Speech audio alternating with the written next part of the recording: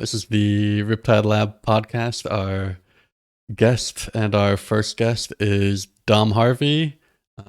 You probably know him from winning. How many tournaments is it now? I guess 3 opens and then a bunch of the smaller stuff. Okay, what's the largest, like, in terms of player count, tournament that you've won?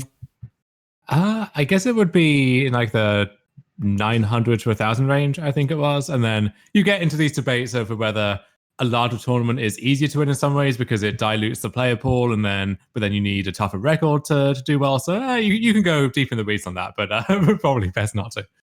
Well, either way, I think it's incredibly impressive, and it seemed like for a while, every time I tuned into like Magic news, there was a picture of you holding a trophy. So it seemed like there was a very like compressed period of time where you just kind of blew up in the scene. Am I interpreting that correctly? Yeah, you can definitely track me becoming like more camera conscious over time, or I guess less camera conscious as over the course of those winner photos. But yeah, it was all most of it compressed into 2019, and it was weird because I'd like to think I did improve as a player before then, and then certainly over the course of that year. And it's hard not to when you're playing that amount of competitive Magic. But it was an odd sensation where, if you go back to late 2018, I think I was, I would say I did not have results that I was happy with, given where I thought my understanding of the game was. And then in 2019, things went so far above expectation that it's like, people, I am not close to being that good. I'm running hotter than the sun, and things are breaking right for me. And I like to think I'm bringing my A game some amount of the time. But yeah, I went from kind of one extreme to the other in that sense. And as always with these things, the truth is somewhere in the middle. Yeah, well, either way, you certainly had a breakout year. I think my only experience with actual competitive play is that I built a deck for a Grand Prix and then handed it off to a friend, and then he went 10-0 day one and then miserably on day two. And I think that's the only interaction I've had with the competitive scene, other than James and I dropping in on Pro Tour Brussels, which must have been, I don't know, 4 or 5 years ago. And yeah, 2015. Yeah. And I come from the background of I used to, like way back in the day, like 2006, work for Major League Gaming and go to their tournaments and cover them. And there you kind of had to like fight off the fans from staying off the stations and like not tapping on the shoulders of the players. And I don't think there were any fans in Brussels when we went there. There was a fan viewing area with like 8 empty chairs, and that was about the extent of it. Yeah, I know. One of the more rowdy regulars on the on the forums used to make a really big deal, and rightly so, I think, out of the kind of lack of star power that the competitive Magic had. And I think it's an uphill battle to try and introduce that. And you've seen over the past year or two with the move towards Magic esports, and no one really believes that it's an esport, but we're going to try and make fetch happen, I suppose. You can see that even when you do nail all of the presentation and so on, it just does not. It's never going to have the same visual appeal and the same crowds in stadiums as something like League of Legends. Mhm.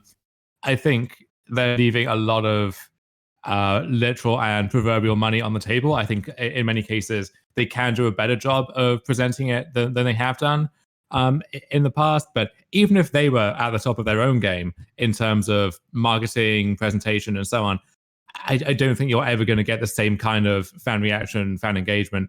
And that's okay. As long as you're realistic about that, you can work within those constraints and still maximize what you can out of that fan base. But yeah, I think it's never going to be someone, the Pro Tour champion, when they leave the building, it's not going to be mobbed by fans, people looking for autographs and so on. Even the literal world champion, Paulo Vitor Dama de Rosa, in a year where there's more attention on high-level Magic than maybe there ever has been, he got a decent amount of media attention for sure, but still not the amount that you might expect from the literal world champion in one of the oldest and largest gaming scenes. Yeah, I mean, I follow a number of different esports, and there's a whole range of kind of interaction from the developers, support from the developers, and probably the worst that I follow is the Smash Brothers Melee scene. I don't know if you're familiar at all, but their Nintendo is kind of like actively belligerent towards the scene and sending cease and desists to various tournaments who try to stream it, and the scene continues to persist many years longer than anybody would have expected it to. But I do find that Magic is a difficult game to kind of drop into, maybe after some absence, and really be able to be invested in the game. Like, I tried to watch some random Channel Fireball standard video, and if you don't have like a very intricate knowledge of all the cards, you don't really have any sort of spectator experience at all. And yeah, I'm never sure how viewer friendly a card game of this nature is going to be. I do have some awareness of the Melee scene, but that's an interesting contrast to me, where with Magic, I am easily in the top point, some number of zeros and then 1% of engaged Magic fans in terms of how much coverage I watch, how much coverage I have done myself as part of the commentary team, and how much I think about what goes into broadcasting Magic to make it fun to watch. Whereas for Melee, I'm a casual. I watch when I hear there's a tournament on, and I could tell you about some of the big names in the game, but not really the tier below that. And so I come to that from a more detached perspective. And so when I was getting into that, so to speak, I would hear about these clashes that the tournament organizers and so on were having with Nintendo, and that was the main source of publicity for competitive Melee. It's almost becoming engaged with the underdog story and their struggle against Nintendo more so than any actual details of the scene itself, really, which I guess isn't a great look, but then maybe all publicity is good publicity if it gets eyeballs on it through some way or another. But that's another scene as well, where like the lack of money leads to the incentives around competitive play just being so totally warped that it's really hard to harness that energy into something bigger and more productive. So I mean, that is a cautionary tale, I think, in a lot of ways for people on both ends of that interaction.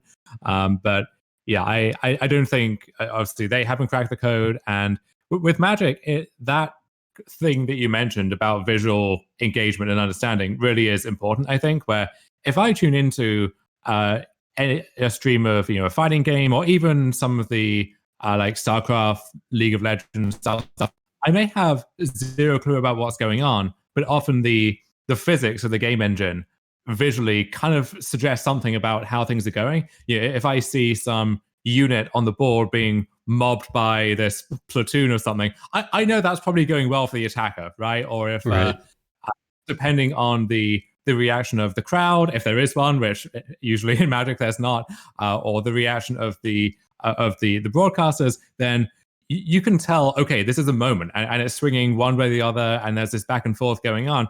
And so you can revel in that excitement, even if you have no idea what's going on the screen. You can answer even basic questions about it. Whereas for Magic, there was this ill-fated move a few years ago on the Pro Tour coverage to introduce the advantage bar to signal to those less engaged viewers exactly who is ahead at any given time. And you understand the motivation behind that, but it predictably fell very flat, because often the advantage would swing back and forth in a subtle way quite quickly. And so you'd have this lag between what was happening on the board and then where the advantage bar would go. And then even when the bar would move back and forth, it was contingent on the person whose job it was to move it understanding themselves what was going on and the dynamics of the game. And often that seemed like it wasn't totally up to snuff either. And yeah, there's really no intuitive hook that you can use to explain to people who's favored in a game or a matchup or whatever and why. And so, my partner, when she sees me, playing Magic Online or something, or watching a stream, it is natural to ask, "Oh, so you're ahead because you have more life points?" Well, maybe sometimes, but often, like life is a resource. So how do you factor that in? And it's really tough to give some kind of elevator pitch for, okay, if you're watching Magic and you have to try and keep up with what's going on, here's what you do to follow it, and here's the one simple trick for understanding what's going on. There's nothing like that. And for more enfranchised players like us, I think that's what helps to keep the game interesting after so many years, is that it can't be distilled down into some simple recipe. But it also means that for players who are coming to the game, the barrier to entry there, I think, is a lot harder than it is, or a lot higher than it is, maybe even in some other digital card games operating in a similar space. And that's why when I was getting involved with coverage myself, I shared the view that my boss and some other people had, that this is a question of player retention rather than acquisition. Our product has to be aimed at the players who already know what's going on and are engaged enough that they're choosing to spend their day watching this instead of all of the other things that they could be doing. And the product should be made with that in mind. And if you try to appeal to everyone at the same time, you're going to end up with something that doesn't actually do the job for any of them and just leaves everyone feeling disappointed and maybe even confused. Yeah, I'm sure we've all seen these streams where the coverage team is kind of trying their hardest at every moment to kind of explain the basics of things, and that it kind of belittles the viewer who's actually there and does already appreciate the basics. But certainly you have, I think one of my most popular articles that I ever wrote at MLG was about how I fell in love with StarCraft 2 just by watching it one weekend and having no prior experience with the game at all, and that it was a game that from a viewer perspective and from the presentation was so captivating, even without any prior knowledge, that you couldn't help but get sucked into it. And certainly I have moments like that watching, I don't know, Counter-Strike or something, where I just kind of get captured by the action. And I think it's probably too late at this point for Magic to be designed in a completely spectator-friendly way. And I don't even know how much attention something like Hearthstone gets at the pro level. But I do have a question, since you are so involved with the pro competitive scene. I looked at your list of articles on Star City Games, and it seemed like you've done hundreds of them by this point. Is that is that your full-time pursuit at this moment, or is Magic just a piece of the puzzle for you? Maybe not quite that many. I don't know what my total word count would be at this point. It might be an interesting thing to try to calculate eventually, but it is my full-time thing. And part of that is COVID just really shutting off any other avenues for doing anything. And then various kind of like immigration paperwork stuff means that getting a job here in person is more difficult than it was before. But Magic has, at various points over the past year or two, it's been so many things, and I think this is what keeps the game engaging in a lot of ways, is that you can have a different relationship with it depending on your own life situation, your own priorities. So it's been the escape from everything else that's going on, particularly in the outside world, which has been a relief to have recently over the past year. It's been a hobby, a source of income, my major time sink, where before I was traveling to tournaments every other weekend, and now I physically can't do that, but I can write about it, and that's become a revenue stream and a way I spend my time, and it's also just a good competitive outlet as well. If I'm getting that competitive urge that I need to scratch on the weekends, then I can fire up Magic Online and get in the trenches. So yeah, it is something that takes up a lot of my time. But even while I was traveling for tournaments and really being heavily involved in the competitive scene, Cube was always what I spent the majority of my kind of mental energy with regards to Magic on. Even when it probably should have been directed at, what should I be playing in Standard for this weekend? I was always thinking at the back of my mind, how can I make this work in Cube? Or what does this have that might be interesting from my own very unique Cube perspective? So that's just always been like a constant mental diversion for me. Sure. And you sent me your kind of skeleton cube list that you're working on, which I've been stealing all sorts of ideas from. And how often do you have a like ready to play cube on your hand? I mean, like a design for one, or how much of your time is spent kind of brainstorming these different cube outlines? I would say so. I have my paper cube, which naturally, under the circumstances now, doesn't really get as much airtime as it used to. And it was never, before I moved, I was in an area where I didn't have a large local play group, so I didn't really get to draft that often, except at maybe the GP that we would get in England every year. Now I'm in a place where we have a great local group, more local drafters than I can shake a stick at. But it was still difficult, even pre-pandemic, to get 8 people in a room together for an evening to sit down and draft. And anyone who has tried to organize Magic players will tell you how challenging that can be. And so, it would help if I had a list that I was happy with uploaded on Cube Cobra or somewhere else that I could point people to and just do some test drafts of myself and keep refining that. But I have this very damaging perfectionist streak when it comes to Cube, where I'm never quite happy with the finished product, and that taints my view of the whole thing. So even one blemish, which is of course going to be there in a Cube, where there's no objective, clearly defined goal that you're working towards, and it's an incredibly difficult game design problem, and it's a living document, so you're never going to get it 100% right. But for me, that X% that is wrong by whatever standards kind of corrupts the rest, and then I'm scrapping it and starting afresh. And so it's really difficult for me to ever settle and be fully happy with any one sketch. And at this point, I think I need to just suck it up and accept the fact that it's never going to be this finalized item. I just need to buck up, upload something, and just let people themselves pour over it and pick it apart and hope that creative process actually improves it. Yeah, I also find that it's incredibly difficult to evaluate a cube list properly just by looking at it on Cube Cobra. For me, I think it takes a few actual runs through and drafts of the cube itself to... I mean, obviously there are some problems that stick out like a sore thumb, but yeah.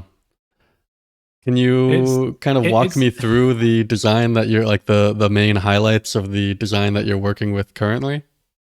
Well, just as an addendum to that, it's also this weird epistemology problem, I guess, when you're having people do these drafts on Cube Cobra or Cube Tutor before, where the AI on those sites for the drafting process really changes your perception of what it's like to draft that cube. Where so one problem that's been highlighted time and time again with the bots on Cube Cobra is that they are explicitly designed to take lands very highly, and that includes lands that they currently have no use for, or even later on, by my understanding, if they end up in some blue-white deck and they see a stomping ground, they're going to snap out that stomping ground. It's not going to make its way back to you. So that perspective on how easy it is to get fixing that you need, or to even just the idea of, can I wheel this card? Where in real life, maybe you can read the table, you can kind of get an intuitive sense of where the draft is going, and maybe you know the people you're drafting with, and you think, all right, well, I can take this, and then I have a pretty good chance of getting this back in 8 picks time. You cannot guarantee anything close to that with Cube Cobra. It's you can get you can send off a card that literally has no use in any other deck, and it won't come back to you, or your pack might have 2 cards which there's no way they should ever make it past the first few picks, and one of them just ends up making its way back. So it's really hard to know what the average deck in your cube would look like at a draft table versus what that same archetype in the same seat would look like with Cube Cobra, kind of refracting it through this different angle. So that makes it really hard for me to kind of weigh up how successful my design goals are being implemented. And of course, the AI is not going to give you feedback in the same way that your drafters in person are. So you can't even say, oh, what did you like? What did you not like? What would you want to see in here instead? So in that sense, it's kind of an isolating and confusing process if you're just trying to refine a cube by yourself. Yeah, I think that. So I ran some Cube Cobra bot drafts in the recent weeks, and I would go through and look at the cards that they drafted, and literally every single one of my dual and shock lands ended up in a sideboard because they were just absorbed by drafters who had no intention of playing them, by bot drafters that didn't want them. But if I think myself about the process of trying to create a bot for drafting, it seems like an overwhelming task to get correctly. And I don't know if it's even a reasonable expectation to think that these bot drafts should be kind of any sort of testing material. And for me, I just see them as a way to to kind of explore what cards are in a cube through some simulated thing. But I wouldn't put much testing faith in it. And let me be clear, I'm not calling out the Cube Cobra developers at all. Like, it's, as you say, an incredibly difficult task, and it's a luxury that we even get to try to approximate what a draft would look like via that method. It's if you go back to the early 2010s when I was first getting into Cube, we didn't have any kind of resource like that. So you had to just make your best guess by yourself. You didn't even have this additional data, however reliable, unreliable it may be, to use yourself. So it's definitely a first world problem as a cube designer. I do have a method that I've been using a little bit to solo draft, and it does seem to produce decks that are kind of what you would expect from a booster draft. And it's not really something that I've written much about, but it's I guess the format would be called Triangle Sealed, where you take 4 of those 45 card triangles one at a time, and you just go through the first step of them. So you take 9 cards of each triangle and discard each triangle when you're done, and you get 36 cards. And I think when you look at kind of the card availability and in terms of what it looks like, I felt like what I ended up with at the end was pretty representative of a booster drafted deck. I do find those second order theory questions about what kind of draft format produces what kind of decks or possibilities, those are fascinating to me. And I don't have good answers to those questions because I guess then they would be less interesting. But I do enjoy the innovation that you're doing in that space of how do we make this solo or asynchronous drafting format work. And it's never going to have quite the same feel as you have 8 friends around the table and you're chatting and you're drafting, and someone inevitably has 4 packs piled up by them, and you kind of subtly or not so subtly nudge them into getting a move on. But in terms of being able to actually engage with Cube, that's it's necessary to crack that code in order for people to be able to do that a lot of the time. So yeah, I really appreciate the efforts you're going to there to try and make that sort of thing work. Yeah, I guess to me there's kind of like two goals that some sort of alternate drafting method can serve. One is to just make a fun experience with the number of players that you have, and the other would be to try to emulate a booster draft given your limitations. And probably the latter is more useful in terms of if you are testing with the, explicit purpose of trying to get your cube ready for booster draft. But we did have a question in our mailbag about what your favorite draft variant is, and the writer mentioned utility land draft, but that's just an example, but it can be any sort of thing you've encountered over the years. I love lands, and at any given time, whatever my current cube sketch is going to have more utility lands than maybe it should. So naturally, the idea of a guaranteed utility land draft really tickles me pink, and I'm the target audience for that. But I think that, whenever I've tried these 2-player draft formats in the past, or something less than the full pod experience, whether it's like Winston draft or grid draft, or there are so many different variants. All of them feel lacking in some way, and I think, especially given the kind of design that I try to promote, where often there are some like weird and wacky synergies, and you're trying to build a cohesive deck rather than just a generic pile of cards. I think it can be a lot harder to do that when you have less card flow, less total cards in your card pool, however that's being introduced to you. And it's much easier for, like a seal deck in a cube like that to just be completely non-functional than it is where you're going to have some creatures and some burn spells and the basic ingredients that you need for a conventional magic deck or a conventional cube deck. So part of why I like some of the new twists that you're coming up with is that it does feel like a better approximation of that full pod drafting experience, even though I have no idea if the rest of the pod is even there, and I'm just doing my own part by myself. Yeah, I do find, so some of the 2-player drafting variants that I looked at when I first started doing cubing had 2 people divvying up a card pool of 90 cards. And if I look at that just mathematically, a standard 360 cube has like 50 of each color. So a 90 card sample of that would have about 12 of each color.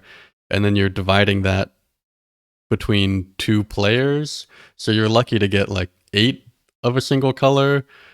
And then your draft is kind of just like playing all the cards of 3 colors that you managed to get, and you're not going to have any, like, that's not going to look like a deck. It's just going to be kind of a 3-color pile of cards. And I think what you were talking about you design this big environment with lots of intricate synergies that a lot of these formats won't allow you to explore those synergies at all. You're just kind of forced to play a random pile of cards.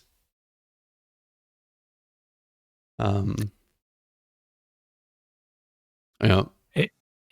is. I remember I used to see this critique more back in the day, but people would say that the issue with having too much fixing in a cube is that it makes it too easy to draft these just kind of 3 or 4 color mid-range soup decks where they have no kind of identity to them. You're just cramming in all of the best cards.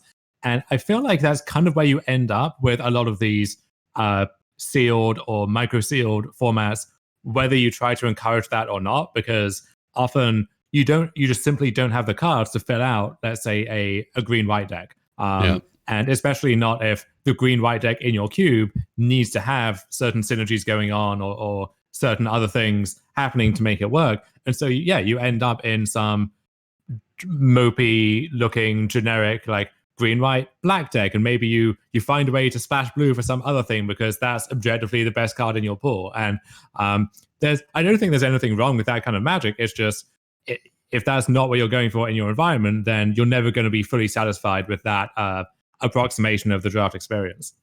Do you think? I remember when I first started reading Cube articles, there was a lot of talk about 5-color good stuff, and to me, this seems kind of almost hilariously removed from my experience. And I was wondering if you had an opinion on this kind of 5-color good stuff problem that people present.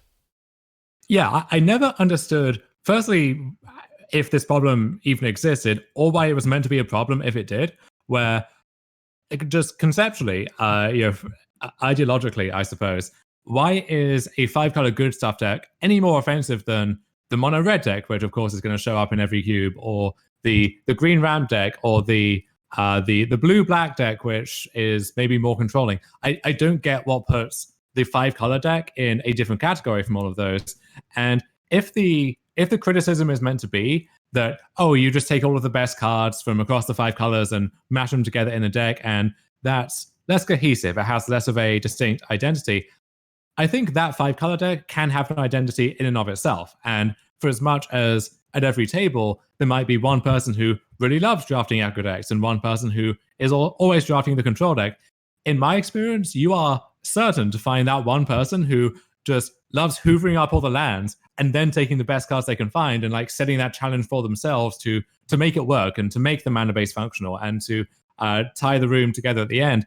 And that's fine for me. That's part of the fun. And I guess if that person isn't staying in their lane, it's easy for them to accidentally take the white black gold card that the person who's in just white black had earmarked for their own deck, and maybe now they lose out on the Godless Shrine that they really needed to make their mana base work. So whereas if I'm in that white black deck and the mono red drafters to my right, I can be pretty sure that they're not going to interfere with what I'm doing, and we can cooperate with each other in a way. But I think the 5-color deck, insofar as that's a coherent concept, can be a really interesting part of a cube environment. And I think it inherently has more variety than any of the single-colored or dual-colored archetypes, where if I'm drafting the mono red deck in a cube, I know what's going to go in that mono red deck, and that card pool is limited by the 50 mono red cards or however many it is, plus some artifacts. It's probably even less than 50 mono red cards, because you're not going to be playing the pyroclasms and these sorts of things in your mono red aggro deck. And I think that's an important point, is that if your best decks are these like monocolor decks, I think it really limits the replayability of your format, because if you take, however many subsets of this like 45, 40 card pool and make 23 spell decks out of them, you're going to get very similar looking decks every time. Whereas if your format encourages more kind of 2.5, 3-color, whatever decks, that I think there's a lot more space for your drafter to come back to draft after draft. Absolutely. And so even within that space of 4-color, 5-color good stuff, there's a lot more room for variety, just because you are drawing from inherently a much greater card pool. And so you can get maybe a 5-color deck that is centered on these 2 colors and just splashing a few cards from the others. And that might look very different from a 5-color deck that's anchored in 2 of the other colors and just touching the other 2 or the other 3. So there's more room for variety. And then you can also build in, if you subscribe to this decks, not cards philosophy, you can try and seed these archetypes across all 5 colors if there's enough depth to it. So you can have a graveyard theme across all 5 colors, for example, or like a landfall theme, or a +1/+1 counters theme. And so yeah, maybe it's rare that you get the 4-color counters deck that's splashing this this blue proliferate card over here and this red counters card over here. But when it happens, that's really cool, and that's not something that you can expect to see normally. And so having that kind of emergent possibility within the card pool, when you have that quantity of fixing, I think does lead to a much better play experience. Versus, let's say I'm in the green-white counters deck, and I see this really cool red incentive card that could go in my deck, but I know that the mana situation just is not going to work. And at that point, why bother? When I can take the safe 2-drop creature or this sideboard card that might help me against some other matchup. I want players to feel like they can take those risks and explore those different possibilities.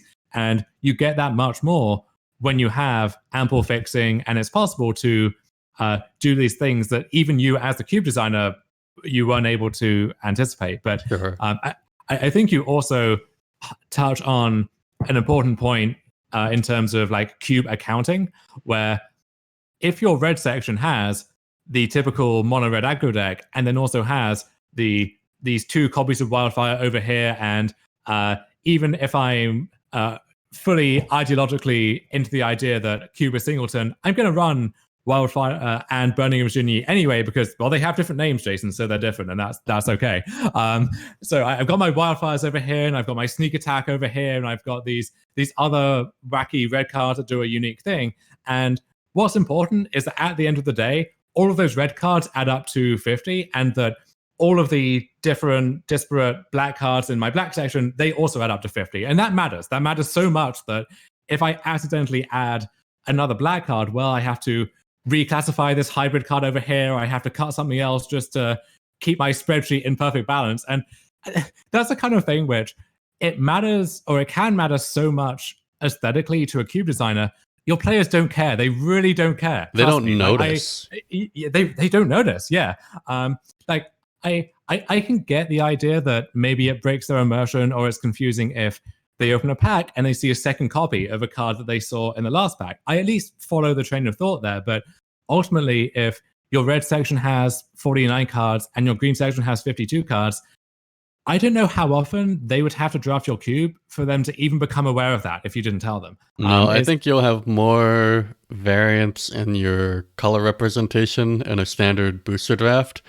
And you touched on about like 5 different issues that I want to dive into. So I'm not really here to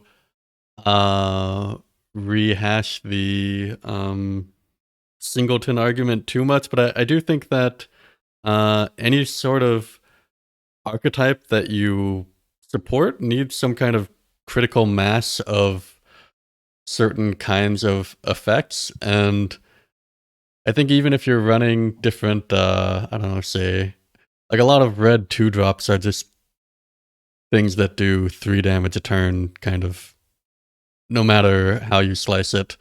And there's not a lot of kind of mechanical difference between them. That's a bit of a tangent. Where am I trying to go with this?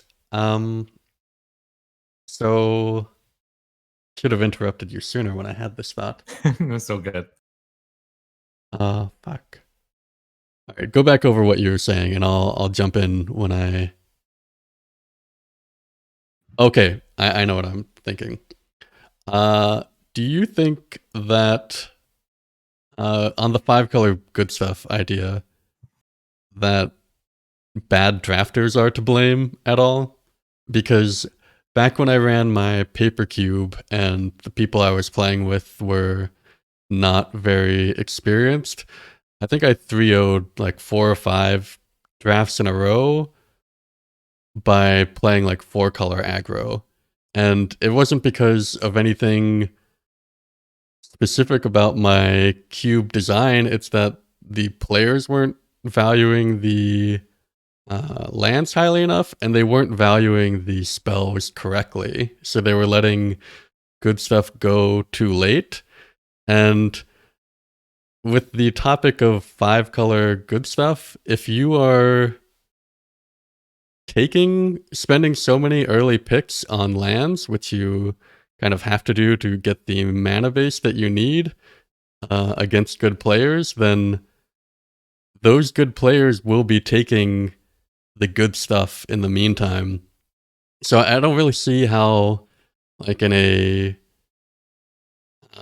environment with lots of high-level drafters, that you can get away with taking, I don't know, the like 10, 12 non-basics you need to play a 5-color deck and still have the like card quality to do well against the other decks.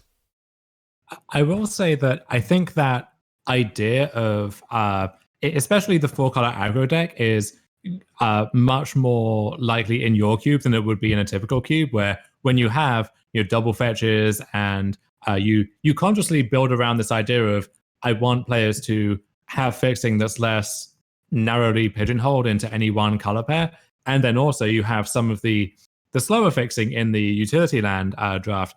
At that point, it becomes possible to consciously draft towards 4 or 5 colors in a way that it just simply isn't in a lot of cubes, where your 2 color aggro deck often is not going to have a good enough mana base to really cast your spells consistently, if you're being honest with yourself. Mhm.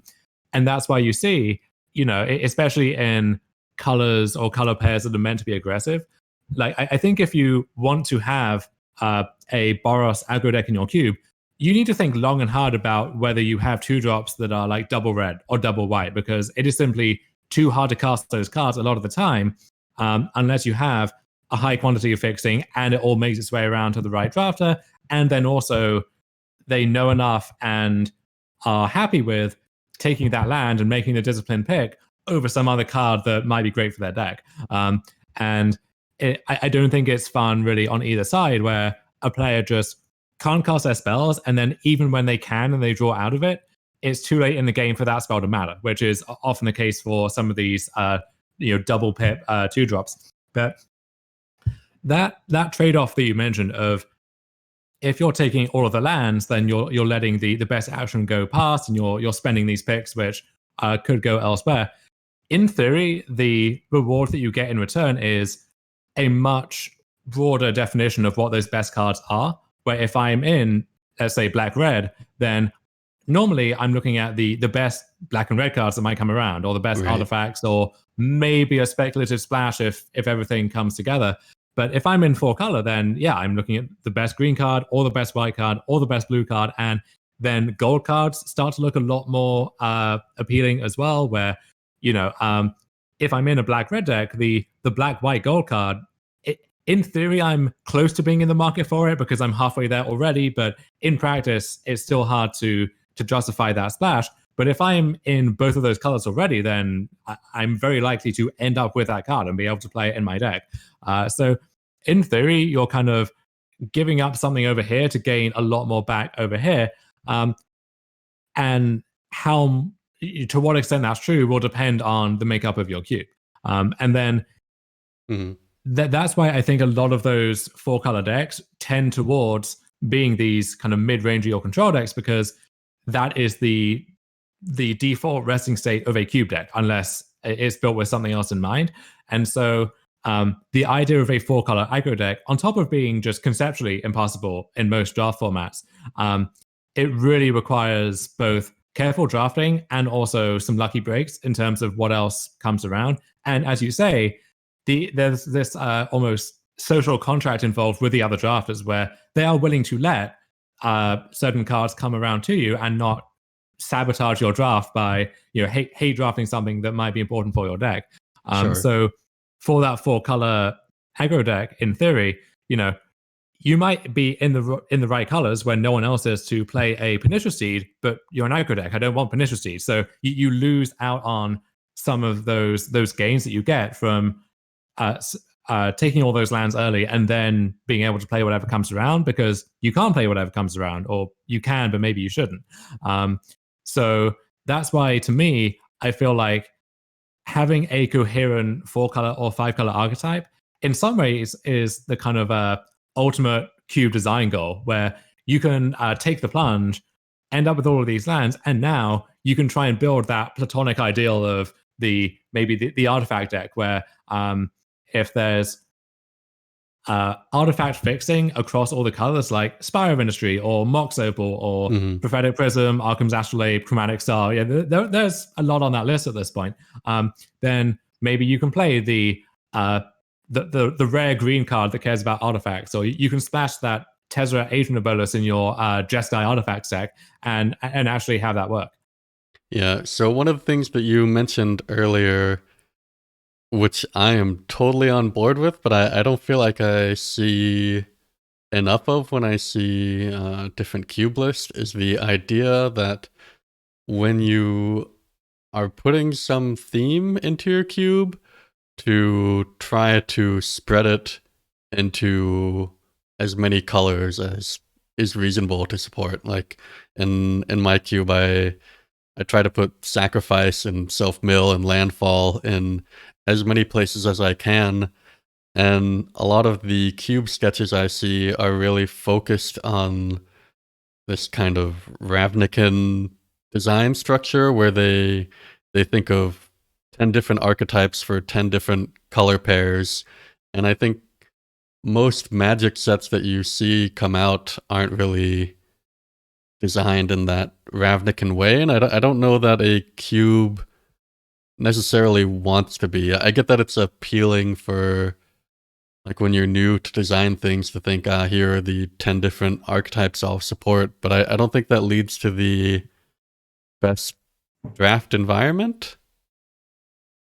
I almost take the opposite view on that, I think, where I think that maybe is the best template, especially if you are just building your first cube or you're not sure where to begin, because it offers a clear structure for you and then also for your drafters, where I think it's easy to get in the trap of, I want to spread a theme across all 5 colors. And so let's take the artifacts theme as an example. You can find green cards or black cards that care about artifacts, but if you chuck those in there without really any further thought, then what's going to happen is usually the artifact deck is just going to stay in blue-red or white-red. And those artifact cards, which in theory that player is meant to be interested in, are just going to languish in the end of packs or in sideboards anyway, and you've essentially wasted slots that could go towards the themes that exist in those colors instead. Yeah, I guess the idea I've been working with is that as much as possible, when I design an archetype, I want the bulk of the cards to be what I call good stuff with hooks.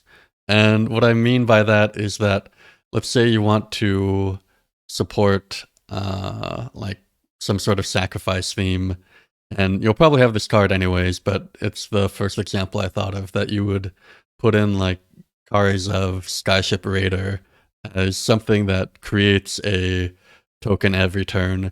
And you don't have to be in some sort of sacrifice deck to want to play that card, but if you are, it's a card that kind of goes from being an 8 to being a 10.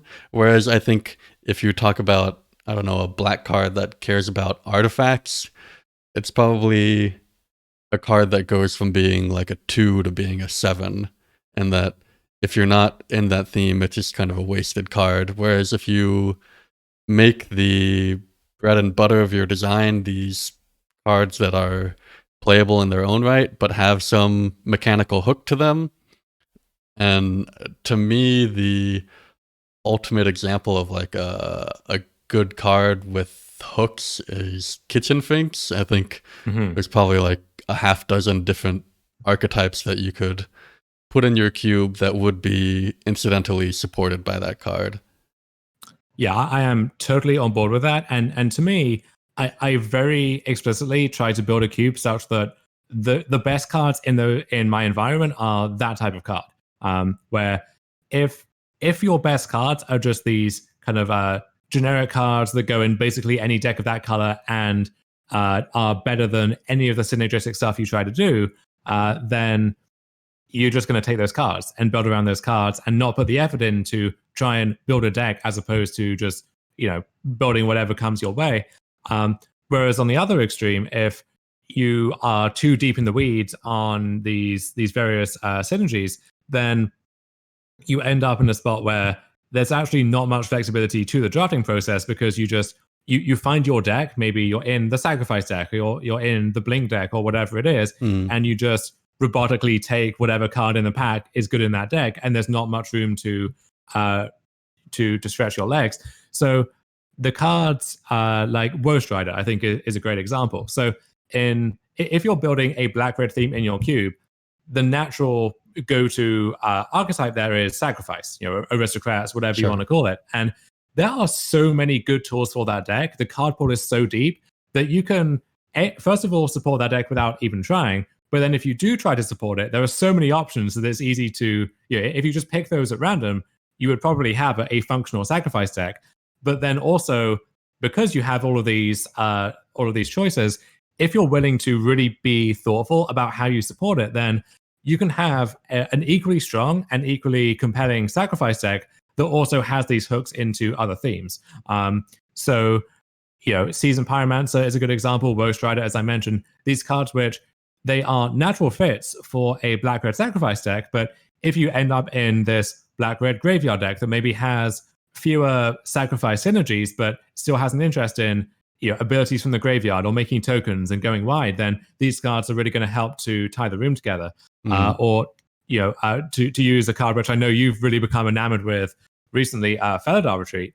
I was sketching out for my latest idea various themes in green-white, and so I've got this landfall theme over here, and I've got this kind of a token making go wide theme over here, and then we've got this +1/+1 counters theme. And when I look at the intersections between all of those themes, there are only a few cards which really satisfy all three, and Felidar Retreat is one of them. Even an enchantment, if you want to go that route and support some kind of enchantress constellation deck, there's just so much stuff you can do with that card. And then on top of it, even if you're not trying to do anything with it, if you're just trying to fill out a deck, still perfectly good Magic card, going to be one of the best cards in whatever deck you put it in. So I want the best cards in my format to be cards like that. And so I'm willing to give more leeway to stuff which might be more high-powered than especially a lot of the cubes on the forums are. But if they have enough kind of incentives in place around them, I'm willing to forgive them for some of their sins and to let them be the best thing going on, because I think it's good when they are the best thing, as opposed to some kind of big dumb animal that's just going to run away with the game by itself. Yeah. Have you played Slay the Spire?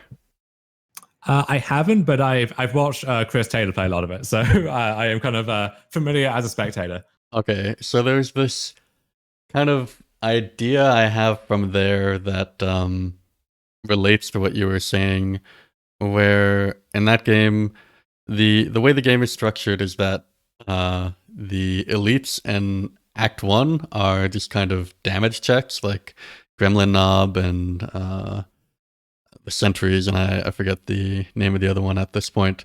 But basically you have a certain amount of damage that you need to deal within, say, like 3 turns to get through them. So the cards that you are taking in Act 1 are just going to be basically any attacks you can find. And they've designed the attacks in such a way that they each kind of hook into different themes that you'll flesh out more later throughout the run. And so you have, like, if you look at Ironclad, you have attacks that will shuffle dazes or burns or whatever into your deck, and you have the status effect archetype where you have attacks that scale with your strength. And the idea being that you take what your first picks are, and in that game your first picks are going to be attacks because that's what you need in Act 1, and you make sure that those kind of lead you into the different mechanical spaces that you will have, so that, I don't know, like if you think of, say, Jace the Mind Sculptor, you take that because it's a good card, but then once you're there, you think, maybe I should be taking more of this top of the library stuff. And I haven't put a lot of thought into it yet, but I wonder if there's work we should be doing in how we distribute the first pickable cards so that the drafters are kind of naturally led into the mechanical spaces that are rewarded by the cube.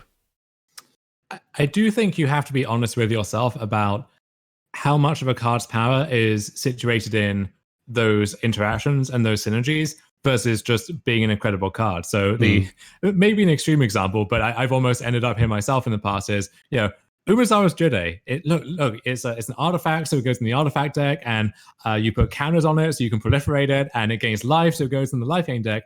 And yeah, it does all those things, but it also just kills your opponent because it's an incredibly powerful magic card, and that's its primary use. Or to give maybe a less extreme example, Tezzeret Agent of Bolas is a great hook to be in an artifact deck, and one of the main reasons for that deck to go into black, and also just one of my favorite cards sentimentally. But I find it hard to justify that card as a kind of as an artifact theme card, because often you're not using it to find some cool build around artifact. You're not using it to reward yourself for getting lots of different artifacts. What you're doing is you're taking some innocuous Thopter token or something, you're making it a 5/5, and you're killing them. You're just bashing them and getting the game over with. Right. And so it's more of a blunt instrument than anything else. And so I think it's you do have to ask yourself and be willing to even question some of your favorite cards where, are you interested in this card because it has all of these cool things going on, or are you interested in it because it does all these cool things while being incredibly powerful? And that's such an easy trap to fall into. So the one that I'm agonizing over right now is Yawgmoth, Thran Physician, which also is now getting that beautiful old frame treatment in Time Spiral Remastered. Let me pull this card up on the screen. Go on. So this is a card which you look at it and it's the perfect payoff card for any kind of sacrifice deck in black. It's going on, so you have a mana or some kind of graveyard interactions. It supports those, and you even proliferate as a reward for that, so it feeds into counter stuff as well. So it has all of these cool things going on. But in my experience, the card is so crushingly good if you have any kind of support behind it that the card does not give you room to explore the cool things with it unless you're consciously handicapping yourself. Right. So I go back and forth on how willing I am to let this card run away with those games. And I would rather have this be the best card in my environment than, I don't have a great example that comes to mind, but some less fulfilling, for lack of a better word, some just like card that is just more power. No, you're cutting out a lot on the audio. Okay. Let me I'll shut a few things down, see if that helps at all. Let me know if it's still an issue there. But that's a kind of dilemma that I think it's really easy to run into, where you end up supporting this archetype and putting so much care into it, but it just gets obliterated by one of those cards just being so far above the pack and smuggling itself in there under the guise of being crucial support for that archetype. The other thing that you made me think of while you were talking about something earlier is that I think there's kind of a limit on how many archetypes you can reasonably support within one environment. And I really had this hit me while I was trying to update the Eldrazi domain cube, which is just a mess. But I was going through, and I have a number of different things I'm trying to support. And I was looking at my green 3-drops, and kind of each of them supported something different. And if I wanted to like add support for another thing, I really had to cut into support for something that I already had. And you can kind of bend things a little bit with getting proper glue cards that give you multi-archetype support, but Tezzeret Agent of Bolas was actually a card that I cut about a month ago because I realized that I didn't have room in my environment to care about any sort of artifact matters card, whether or not it was just killing people with 5/5 Thopters or not. Yeah, that's that's kind of been my struggle with the artifacts deck, trying to make that work in blue red in particular, where you quickly realize that the artifacts themselves aren't really built around cards. So you might end up with a few artifacts in the deck, but they're not really doing that much for you. Or the artifacts are so powerful that they carry the game by themselves, and any synergies that you might have with them are kind of secondary to all of that. And then the artifacts, they have the same issue where for a lot of them, like that card in itself is the payoff, and the fact that it interacts with artifacts is kind of by the by. So Urza is a great example of this. Obviously, a very pushed card, one of the best cards in Modern Horizons, which in itself is a high power level set. For constructed, for cube, for every format.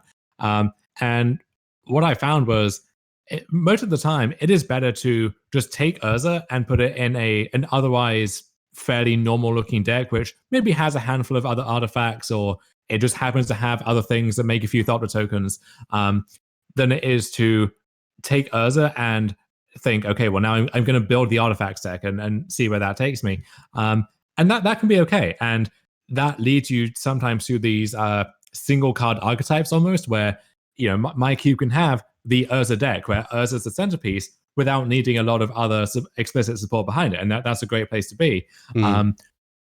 But again, it's a question of identifying what type. You're still cutting in and out a lot, and then on the. Maybe we can try hanging up the call and restarting it, because okay, it was perfect for like the first hour, and then 1 second, let me try to get Dom back on the line.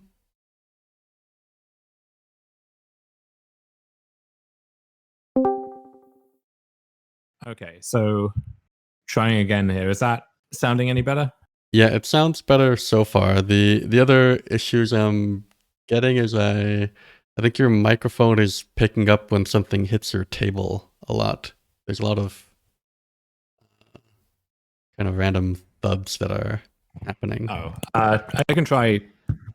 Yeah, switching modes on that. I do have a very boisterous cat, which also may cause some ambient noise if he wakes up and decides to make a nuisance of himself. So, or that he might end up putting the mic to the test. But anyway, so when it comes to supporting all of these different archetypes, there is a sense in which less is more for me. And one mistake that you can make is to take it too far, and you say, okay, every color needs to have all of these different archetypes going on, and then every color pair has some archetypes, and I'm going to try and find these between them. But that can be easier said than done sometimes. And for a lot of drafters, trying to identify and draft a specific deck can be kind of overwhelming. And what they want to do, what they find fun in their cube experience, is to just draft a kind of safe-looking mid-range deck, not to disparage that at all, but that's what they enjoy doing. They want to play kind of good bread and butter ABC Magic without thinking about how part A from this column intersects with part B from this column.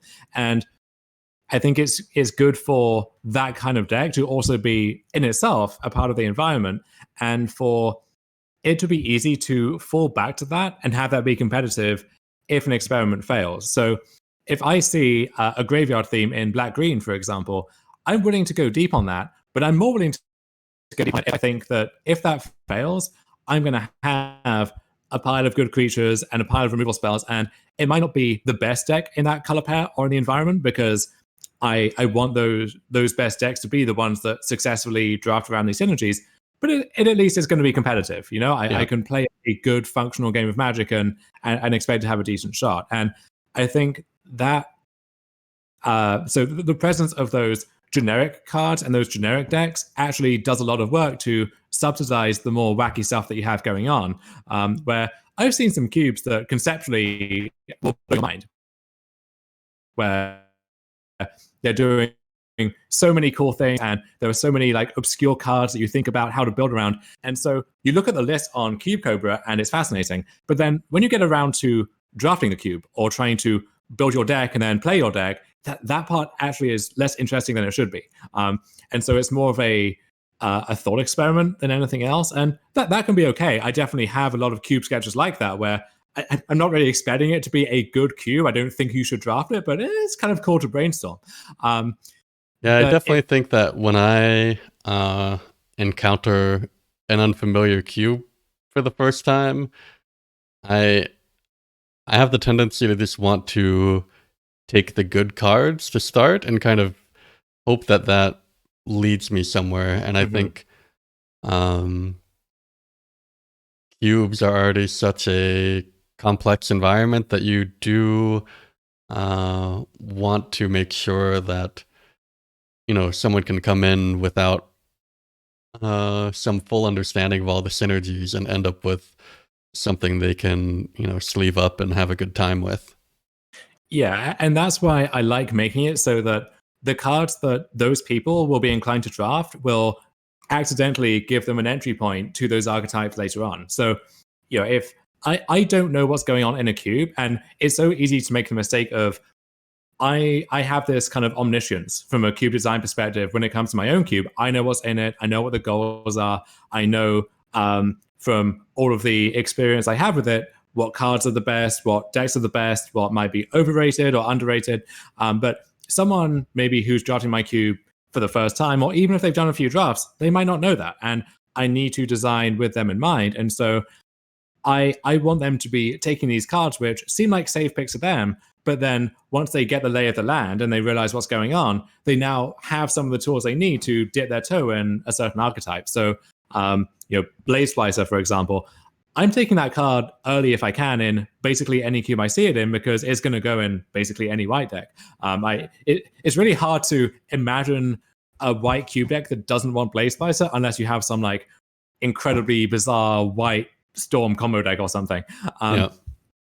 But then once I have that card, when pack 2 rolls around and I can see, all right, this cube supports Blink. Well, hey, turns out my Blade Splicer is good in there. Or there's an artifact theme going on. I have a card that goes in that. Or maybe white has some reanimation thing where white has a lot of stuff that likes creatures with power 2 or less, or it can search up those and do stuff with that. And hey, Blade Splicer is a great thing to find and flicker and reanimate and so on. So whatever I end up in, I have this connective tissue that's going to tie it all together. And then also, if none of that comes together, well, hey, my generic blue-white mid-rangey control deck has a good card that I know I'm going to play every time. So you mentioned earlier Felidar Retreat, which admittedly is a card I've been spending a lot of time with lately. And one of the things that concerns me about the card is that it's an enchantment. And I feel like one of the worst aspects design-wise of Magic as a game is that to interact with enchantments and artifacts, you really need like a card that specifically refers to them. And I've been, for the most part, removing artifacts and enchantments that can take over the game, and also not devoting a lot of space to artifact and enchantment removal. And to me, Felidar Retreat starts to be at the kind of upper limit of how proactively strong I'm willing an enchantment to be. Yeah, I see that concern, and that is one of the things that holds me back on trying to go deep on something like Enchantress, where firstly, I don't think the tools are there to really support that, but even if they were, I don't know if that's a good thing, because as you say, it's a permanent type that's really hard for certain colors to answer. So there are a few ways you can respond to that. So the first is there are a lot of artifact-based sweepers and so on. Like, not every deck can play an Oblivion Stone or a Nevernore's Disc or something, but a deck that's slow enough can support those and get use out of them.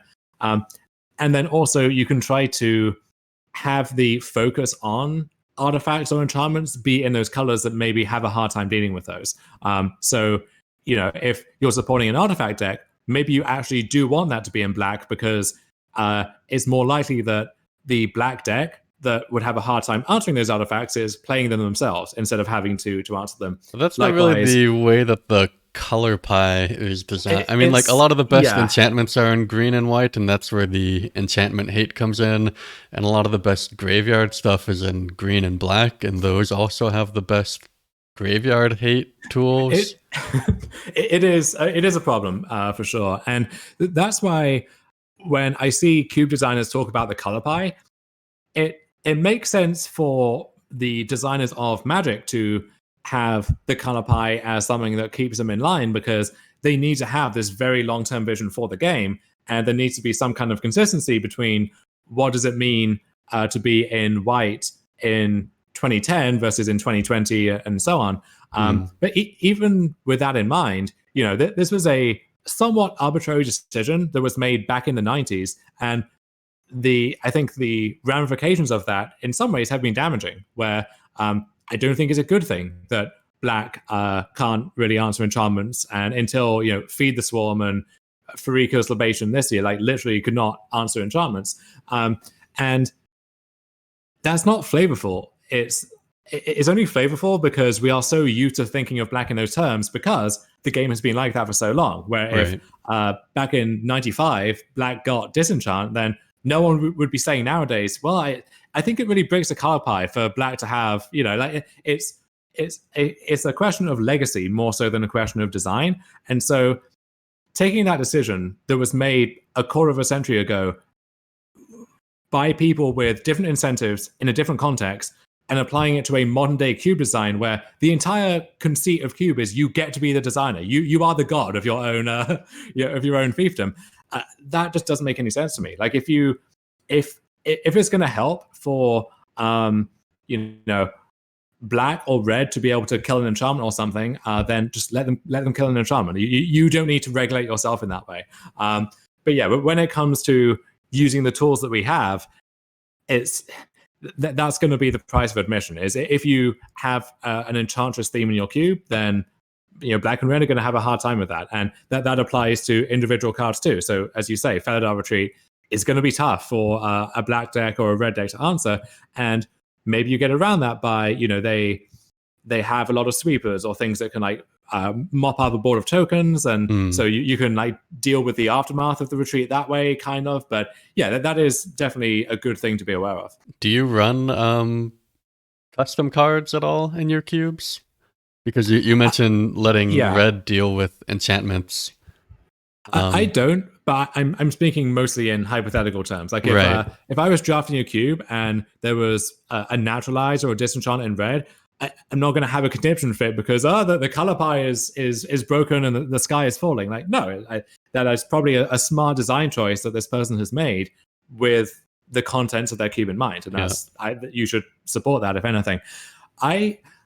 I personally shy away from custom cards, not because I think they're bad in principle. And I've played cubes where custom cards really have added a lot to the gameplay experience. For me, it's part of this barrier to entry thing where I already design with enfranchised players in mind, but there is another step where you're not just dealing with, let's say, some obscure card from Urza Saga, which if you were playing then you would know about, but if you've just joined the game you wouldn't know about. This is a card which, unless you have played this cube before, you don't know about. And so I guess that could equalize things in some ways, but it also does mean that, I draft with Chris Taylor from the forums a lot, or used to back when you could do that sort of thing. And he has a lot of custom cards, and those really help to tie the room together in his format. But even as someone who plays a lot of Magic and has played a lot of Magic in Chris's cube, I still find myself getting blindsided sometimes by, I kind of forgot that card existed, or I wasn't quite sure what the text on that one was, so I need to read it again. And that can be alienating, I suppose, if you're coming to a cube for the first time and you're seeing these cards which it is not possible for you to know what they do in advance. So I think it's an incredibly useful design tool, but also one that you have to take a lot of care with. So I think you touched on an interesting point that maybe doesn't get brought up enough, is that a kind of hidden resource that you should be aware of as a designer is your complexity budget.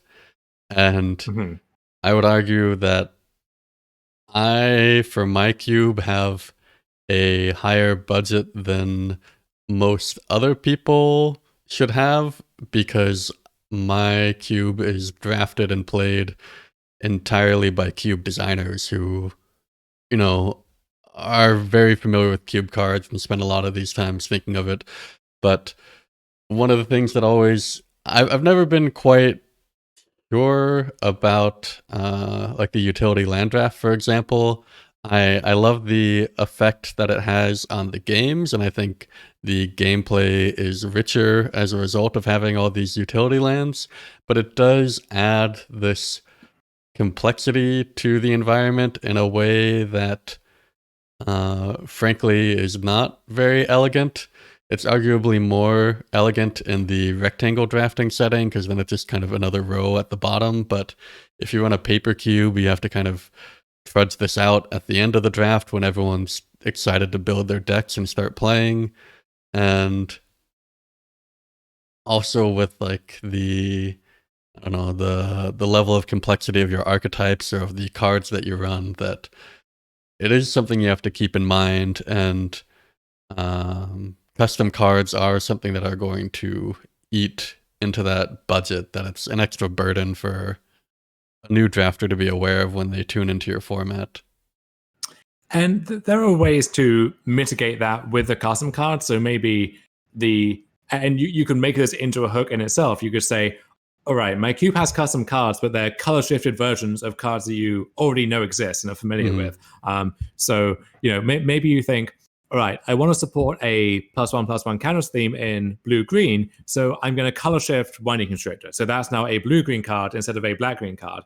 And so that is kind of a cool way to signpost what archetypes go where, Right. and also to get the specific tool that you want without straying too far from what people already know and love and or hate. And I do wonder, because I've not really spent much time cubing with custom cards. It's something I'm not against at all, but I run my cube on MTGO, so it's obviously not an option. Do you feel... So if you look at like the history of Magic, there's a lot of broken cards that have come out that people accept because they're official and they've been vetted by wizards and they've been played in constructed decks. But if you get blown out by a broken custom card, I feel like players would have much less tolerance for that. I agree. It's if I lose to Oko in cube, I might blame you for putting Oko in your cube in the first place, but my anger at Oko's design is directed towards some faceless person in R&D somewhere.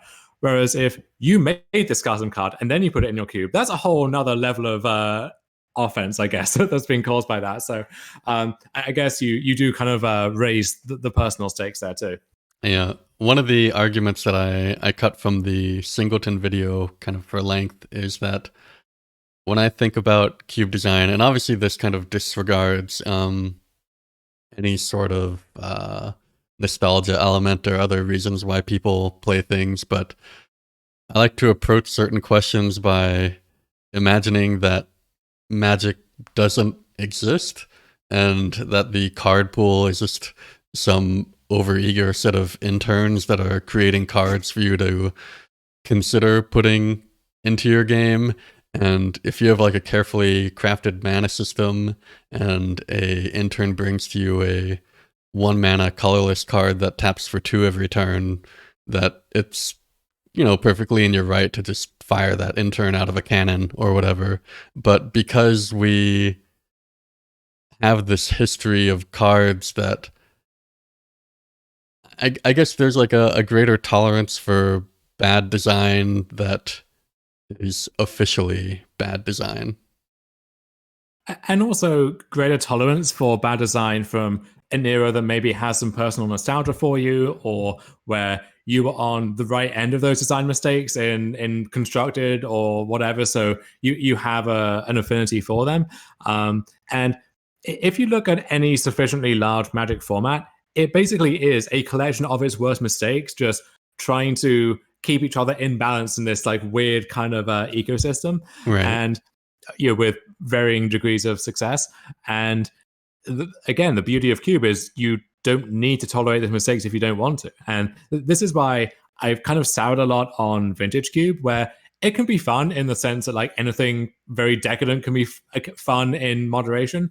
But there's only so many times I can take, turn to channel into Emrakul, or tinker into some gigantic artifact whose only purpose in the cube is to be tinkered into play and either win games on the spot or be answered with no interesting dynamic in between. Like I get that appeals to a certain audience, and that for the design goals of a Magic Online cube in particular, that makes some amount of sense. But for me, this is something I'm choosing to do with my time and asking other people to do with their time. And so I don't need to expose them and waste all of that time with a card that, maybe it is interesting in some ways, but it also dominates other things and pushes those out and throttles what they can do. So, Oko Thief of Crowns does actually lead to some interesting gameplay sometimes, but how does that stack up against all of the interesting gameplay that could have happened with those cards that used to have text boxes and are now elks because Oko is just dominating them on the battlefield without even trying, right? Like, I had that with a card like Armageddon, where there were times that the game after an Armageddon was just incredibly fascinating. And there were times that the game after Armageddon was just kind of over. And I don't know exactly how you weigh those. And I did want to bring up, like, how do you personally decide when is a card too good for your environment? And one that we've been talking about recently in particular is Luminarch Aspirant, which when I first saw this card, I loved the idea of it. I don't even support +1/+1 stuff, but it just seemed like such a fun card to use.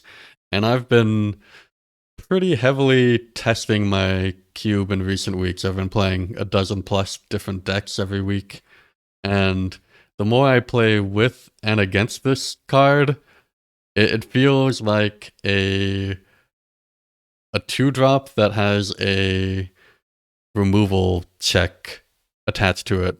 And you don't even have to commit anything to like the combat step in the way that, I don't know, like Hero of Bladehold you can think of as something that's a bit of a removal check, but you can stop it by putting a 4/4 on the battlefield and doing that. But I've won games by just having Luminarch sit there and acquire more and more value. And I'm wondering, like, how do you make the call on whether something is too powerful for your environment? So I look at, firstly, how interesting is it in the kind of the average case? So does the card just end the game by itself? Does it lead to some play patterns that maybe are not really fun to play with or play against? And if that's the whole point of the card, then you cut it, because if it works, then it's too good or too obnoxious. And if it doesn't work, then why is it there in the first place? For Aspirant, it's an incredibly powerful card that I'm going to be happy to pick one, pack one in most cubes. But it also does rely a lot on the texture of other cards that it's working with. So what you can do is you have a generic 1-drop, and over time you load up counters there, and you make it into some behemoth that just runs away with the game. And then if that dies, you start loading up something else. And that play pattern maybe is not the best. But then there's also these questions like, if you're trying to contain the Aspirant, then do you try and remove the 3/3 that's there currently, because that's more threatening in the short term, even though in the long term the Aspirant is going to be tougher to deal with? Or do you take your lumps from the 3/3 and deal with the Aspirant and hope that you can deal with the 3/3 later on? If you're controlling the Aspirant, do you try and load up those counters on a certain type of creature, like something with evasion, something with lifelink, something which, if you have another good creature but also a small creature, do you try and make the big thing even bigger so that it's harder to block, and then if it doesn't get blocked, it's connecting for more damage? Or do you start loading up this 1/1 token so that they have to remove that, and then your big thing still sticks around? Or so I think there was a lot of interesting choices playing with and against the aspirant a lot of the time. Or you do what you did against me and put a +1/+1 counter on all of your creatures and then volt charge me. Well, that too. Yeah, so it does. If you have any of those synergies going on, then obviously it's going to be great there as well. And so the card is incredibly powerful, but it also forces you to make choices, and that power is realized over time. So if I have aspirant on turn 2, it's going to be fantastic. If I draw aspirant on turn 6, let's say, it likely is still going to be good, but if I'm behind on the board, then it needs some time to do its job. And so its relevance does change over the course of the game, even though it is still relevant over the course of the game. And that's, I hate the classic model of aggro and cube where you have a bunch of these 1-drops which you have to deploy as soon as possible, because if you draw them later in the game, they don't do anything for you. Right. And so I like these cards which help to shape the game in the early turns, but then also have some kind of relevance if they show up later on. And so for me, aspirant ticks a lot of those boxes. And even though it is a very pushed card, I'm happy to tolerate that because I think the rewards are there. On top of that, sometimes you can cleanly answer the aspirant. There's they play the aspirant, you bolt it, or you have a removal spell, and the game goes on, and that's fine. There's a kind of timing thing there where if you have a sorcery speed removal spell, then they play the aspirant and they do get a counter, and then you kill it, but then something sticks around. So if you're weighing up, do I use this sorcery or this instant, then it adds some complexity to that choice.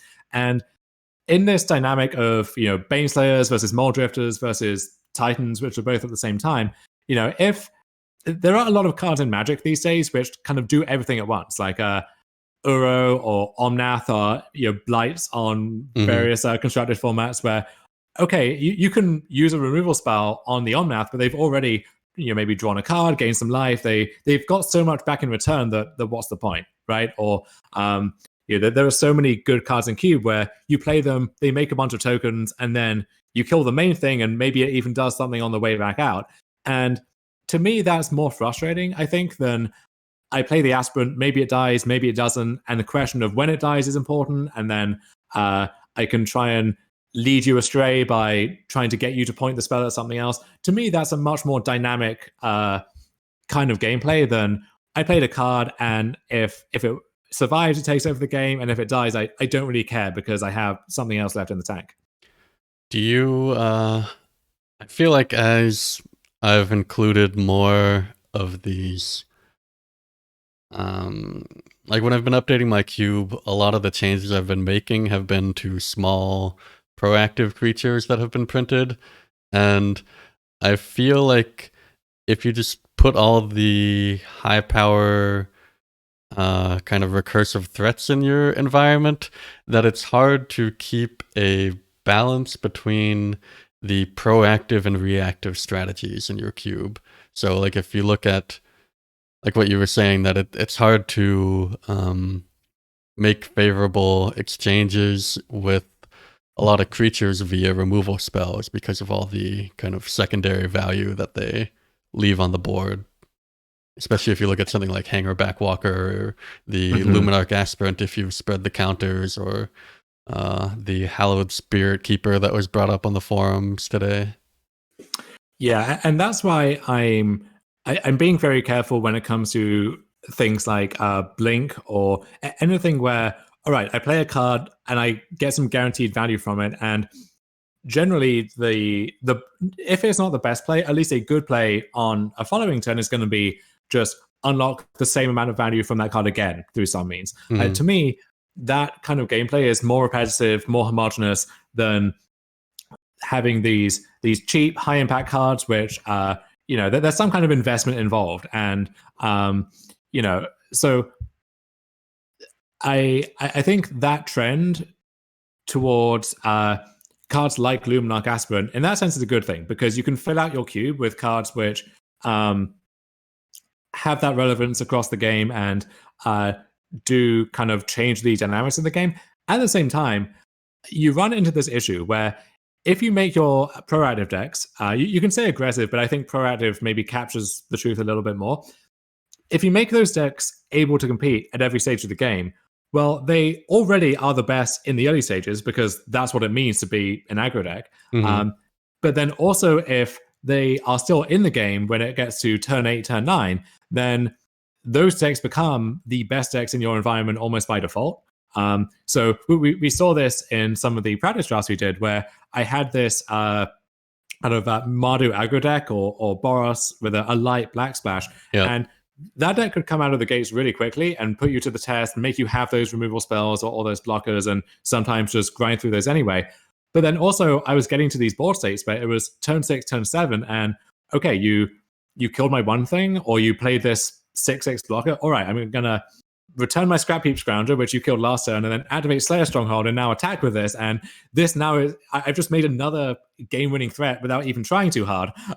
And so I find myself adding back in these quite juiced threats, things like the Grave Titan, for example, or Wormcoil Engine, which are obnoxious in one sense, but they kind of need to be to reward you for that investment and to give you an actual incentive to prolong the game to that point.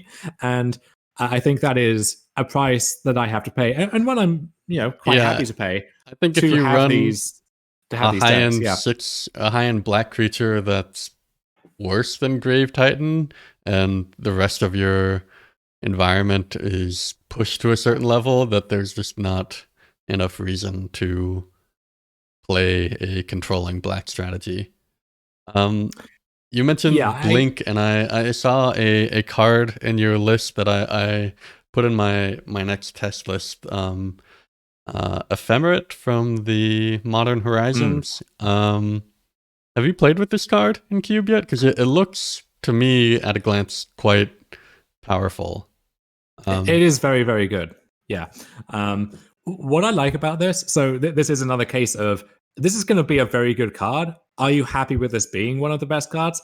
For me, the answer is yes, because its efficiency and its power is what lets it dip its toe into other archetypes. So, for example, naturally it goes very well in a Blink deck, but it also works as a kind of trick to save a creature, protect a creature. So I'm doing a write-up about Blink at the moment, and there's this really interesting contrast from Standard back a decade ago now, where in the same format you had this Revelark deck, which the early iterations of that is where Blink came from. Like, that was the Blink deck when Momentary Blink first came out. And then with the same card pool, you also have this Protect the Queen style deck around like literal Baneslayer Angel. When you think about this Mole Drifter versus Baneslayer dynamic, it had both of those actual cards in it. And even though you had most of the same infrastructure, your one deck was based on guaranteeing this value, and the other deck was based on protecting this big singular threat, which if it lived would run away with the game.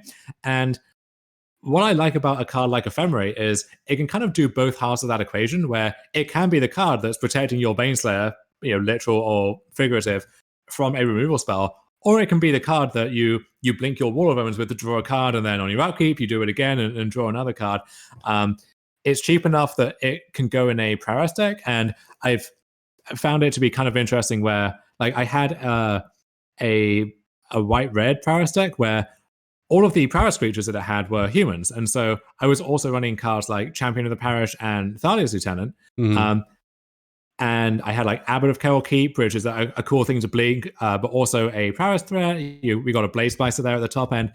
And so in a deck like that, Ephemerate can be a cheap thing to trigger Prowess on 2 different turn cycles, but then also a way to unlock more value from these cards that have this ETB effect. So I don't know if you could do that if that was a moment, like an actual momentary blink, let's say. But the fact that it is so cheap and so efficient is what makes it more versatile.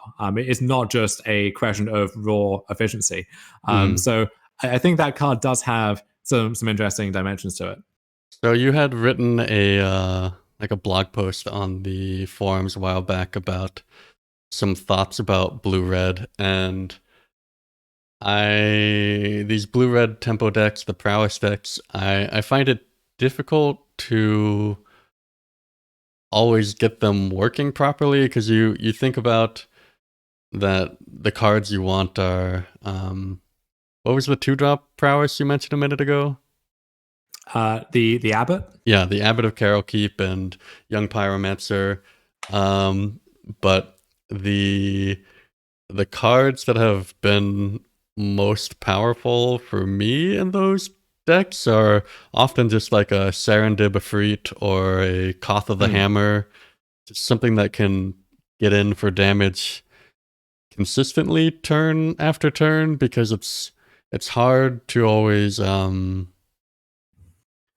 don't have this density of cheap cantrips in your cube decks that you would have in, say, the legacy equivalent, where you can top off your number of lands in play at like 3 and just play ponders and things turn after turn to get your prowess going. And I was wondering what your thoughts are on kind of this blue-red tempo archetype.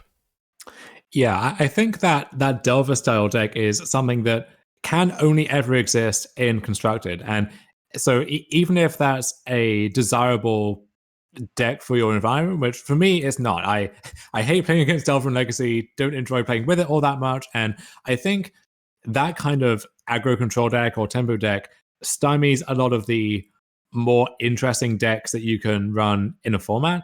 And it also punishes the kind of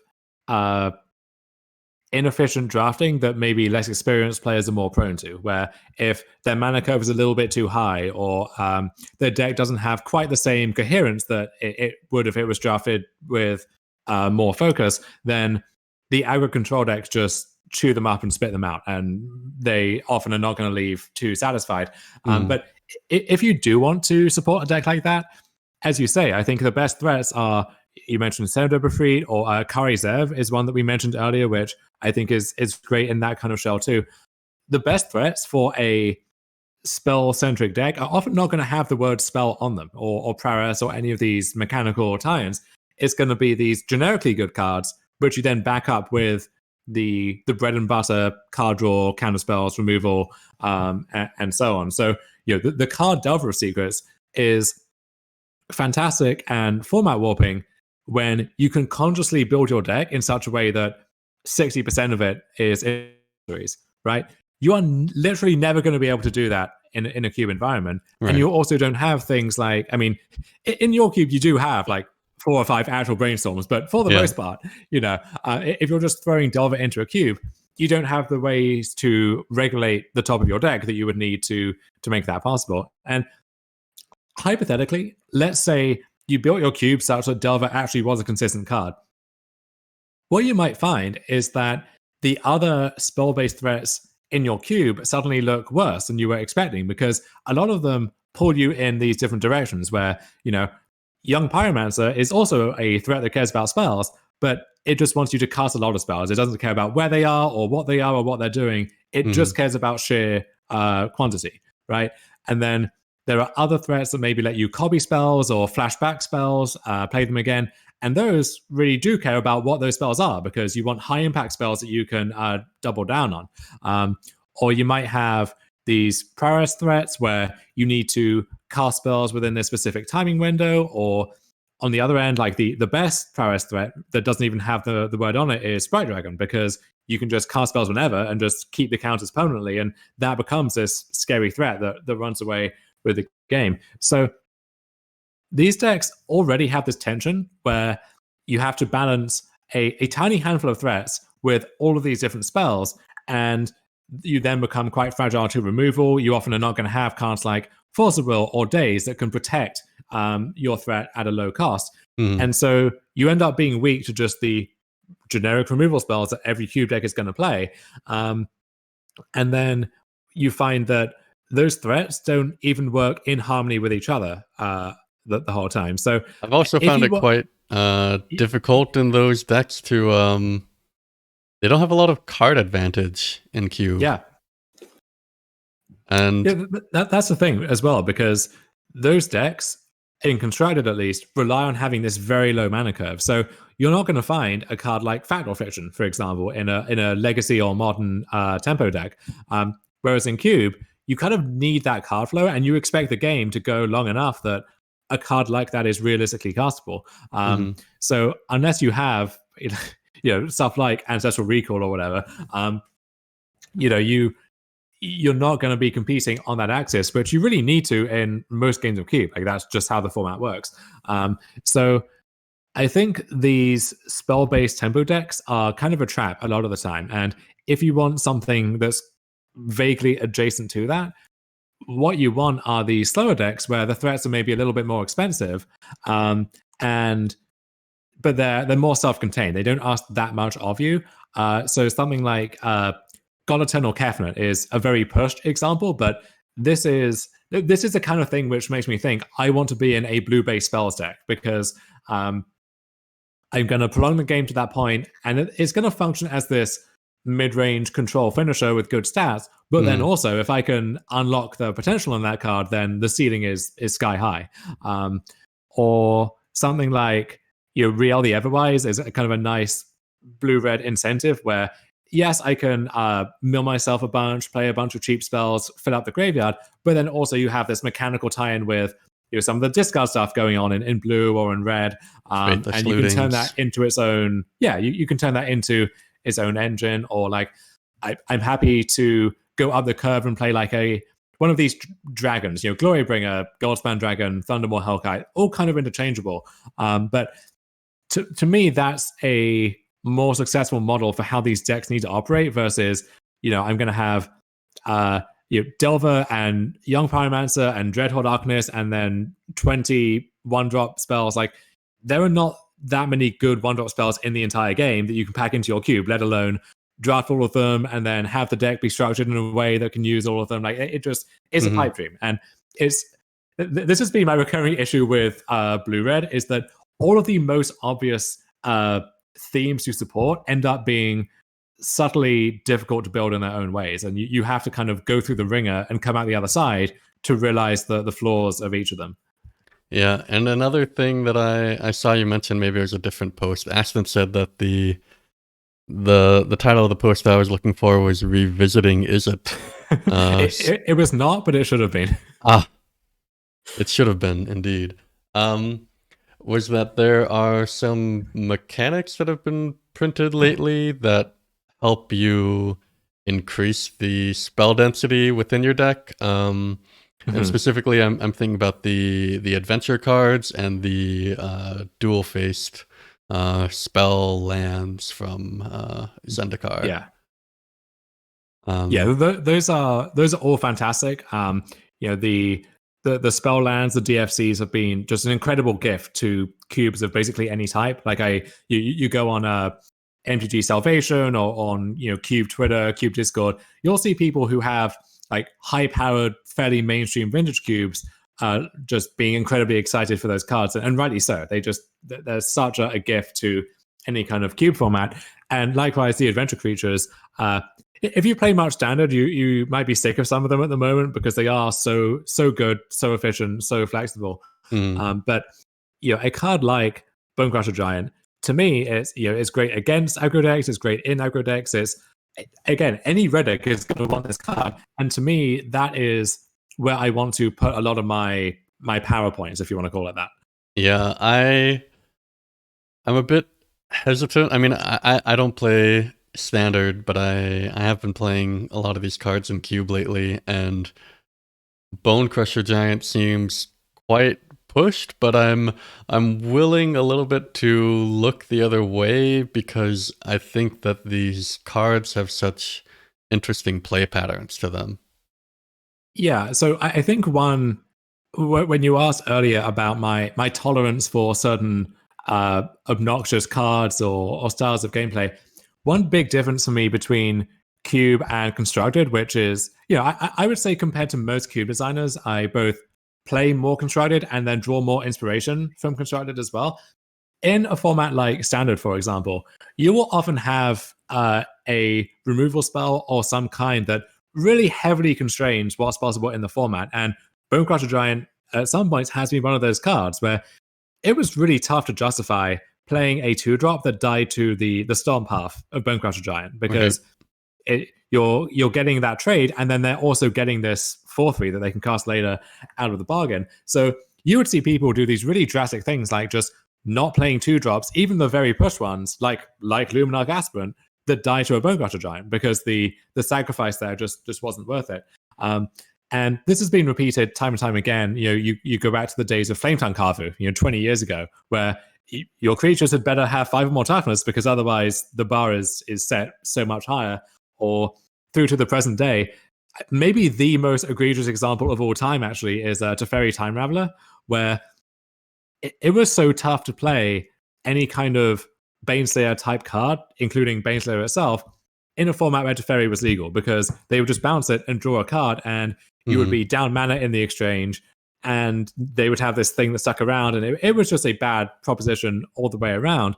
But then with Teferi, it applied that test also to different card types like artifacts and enchantments, and also to spells, because there were whole classes of spells that were effectively illegal to play in standard because they didn't function against Teferi. So hard counter magic was unseen in standard for a year and a half because of Teferi, basically. Or Finale of Promise, which was in the same set as Teferi, this really powerful, flashy build-around card, which a great incentive to get into some kind of spells deck, whether it's in limited or constructed, completely unplayable because of the way that Teferi's worded. Finale doesn't work because you can't cast the spells again. So like stuff like that, where there are so many cards that never get a chance to breathe in constructed almost by accident, because there's some other card from 3 sets ago that lines up too well against it, and so you just can't play that card in your deck.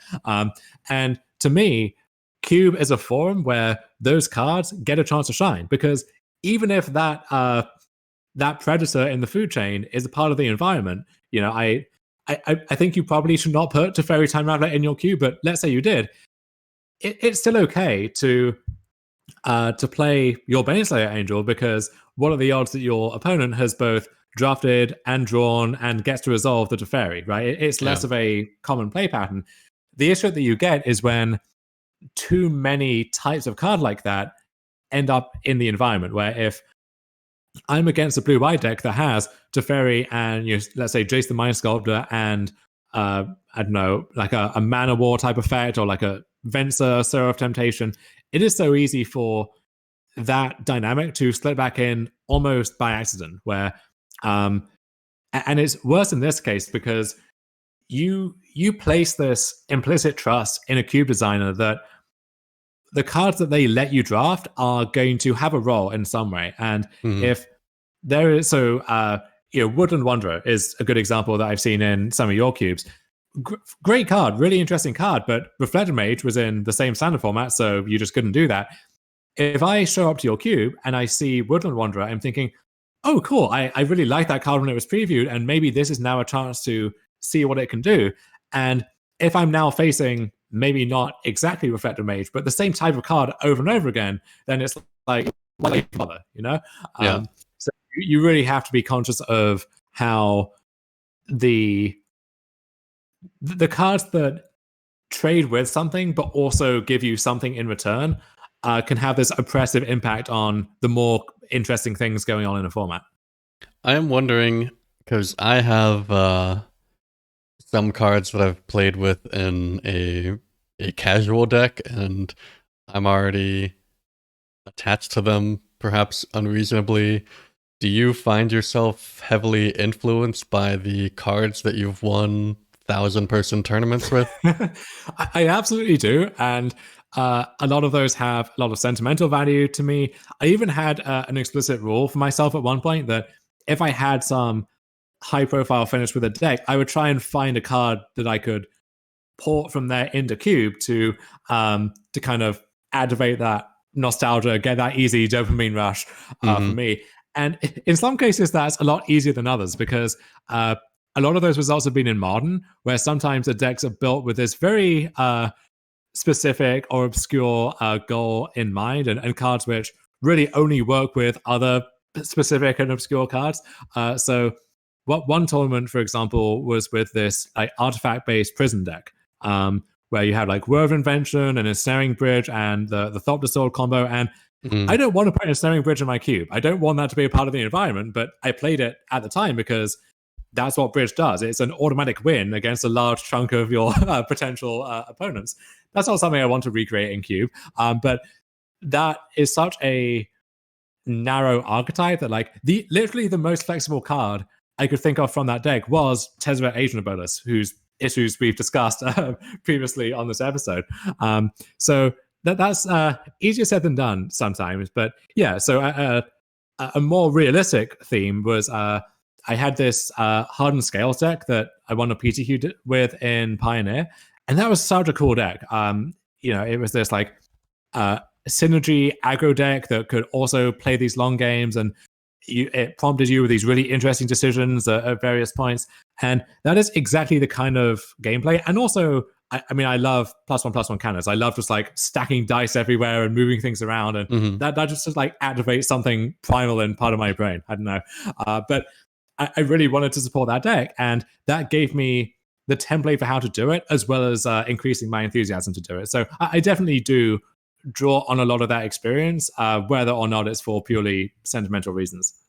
And I wanted to ask you, as someone who's kind of in the scene, about how you think the pro players in general or Wizards view Cube, because obviously Wizards is a business, and I find that since I've started caring about Cube, the amount of money that I've invested into Wizards products has gone almost to zero. My wife does like playing Pack Wars every once in a while, so I don't know, once a year or so we'll pick up a couple booster packs and rip them open for an afternoon's fun. But do you have any sense from your time in that part of the community about where Cube fits into the picture?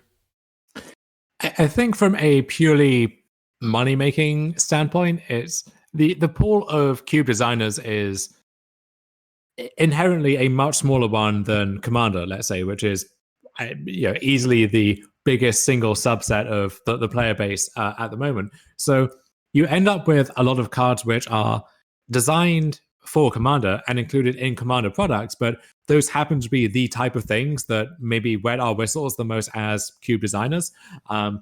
It's rare that you get cards which are explicitly designed for Cube but don't really have applications elsewhere. And in part that's because it's hard to picture what that kind of card would look like, right? It would have to fill a very specific niche. And so even if you could identify that, it just wouldn't be worth your while to do it. In terms of how they view Cube, you saw Cube in some form has come to Arena. They have the Arena Cube, which you can make some criticisms of, and it doesn't seem to be highly curated or have a particular goal in mind. But they know that this is an experience that a lot of players love to have, and so hey, they're going to put the work in to make that available and reap the benefits. And likewise on Magic Online, you see a lot of these spotlight cubes, a bunch of kind of more experimental designs that they showcase for a week or two, and players get to try there. And then also Vintage Cube comes back very often these days as a guaranteed moneymaker. They know that that's popular, and they know that people love just sinking their teeth into that. So they know they can always go back there. It's not something that has much place in the wider competitive ecosystem. I mean, that being said, there is the Magic Online Championship Series this weekend, where Vintage Cube is one of the formats there. We're going to get to see this competitive live streamed Vintage Cube draft. So I'm actually covering that with a friend of mine, Jarvis Yu, just independently on his channel. There's official coverage as well, but I'm kind of looking forward to that, just to see how players who, some of them, they never cube, they don't draft, they don't play limited, they only some of them only play Vintage, or they only play Pauper even. We had a Curblinks from our forums actually in the bigger mocks a few months back who he qualified via Pauper, right? And so but he also is a cube enthusiast who has to redirect that knowledge and enthusiasm now to vintage cube. So that was a fascinating thing to bear witness to. But you like in, I think it was 2012 in the World Championships, they had like a live paper vintage cube draft where they sourced all of the cards, and you had like an actual in-person cube event. So that was really cool. So it shows up from time to time, and it's always interesting when it does. That being said, I don't know how like elitist or kind of or gatekeepy this is of me, but I always wonder when that is the introduction to cube for a wider audience. That does it comes with certain assumptions and baggage that are baked into that cube, to the overall design philosophy. So if you tune into this tournament coverage and you see the vintage cube and you've never seen cube before, that really, I think, is going to define what cube is to you. And it might be difficult to break out of that mindset and challenge some of those assumptions later on. So I'm always glad that more people are talking about cube, but it's from a perspective where I don't know how much I have to add to that conversation. Yeah. I think from what I've seen since I've come back in the last couple months is that at least on Reddit, people are much more open-minded about what a cube can be compared to how they thought about it, say, 5 years ago. But it is certainly, you say that cube is a niche, kind of within the cube design, at least within the Magic community, and we are existing kind of even as a side sub community within that. So I think we're sitting in a very small bubble. Hello, Elf Lawyer. Thank you for joining. What I will say is that I think that being in that small bubble off to the side somewhere, it means that we have this welcome distance and insurance from some of the design mistakes which Magic has been subject to over the past few years. So if you look back at 2019, in terms of constructed, that year, the sets in that year blew the lid off what you could expect in modern card design. So War of the Spark, Modern Horizons, Throne of Eldraine, and basically most of the sets since then. Mm-hmm. Each of those have had cards which revolutionize every single constructed format, and often not for the better. You had your Okos, you had your Uros, you had Invention to Fairy, like all of these highly obnoxious cards which people grew sick of, and you had more standard bannings in the past 18 months than you've basically ever had since the days of all of the broken Urza's block nonsense. Sure. At the same time, the past few years, I think, have been the best ever in terms of cube design and interesting cube cards and being able to fill in those gaps which we were begging them to fill in before. So when I talk about making these aggro decks more interesting and allowing them to compete at all stages of the game, you don't need to run a dozen identical Savannah Lions clones now to make white aggro work. I would say you never did, and we can come back to that in a second because I have a long rant on that topic. But sure. You now can fill in basically every spot in the curve, in every color in your cube for whatever niche with an interesting card that has a certain role to play. And that's so fantastic. It really opens up all of these possibilities.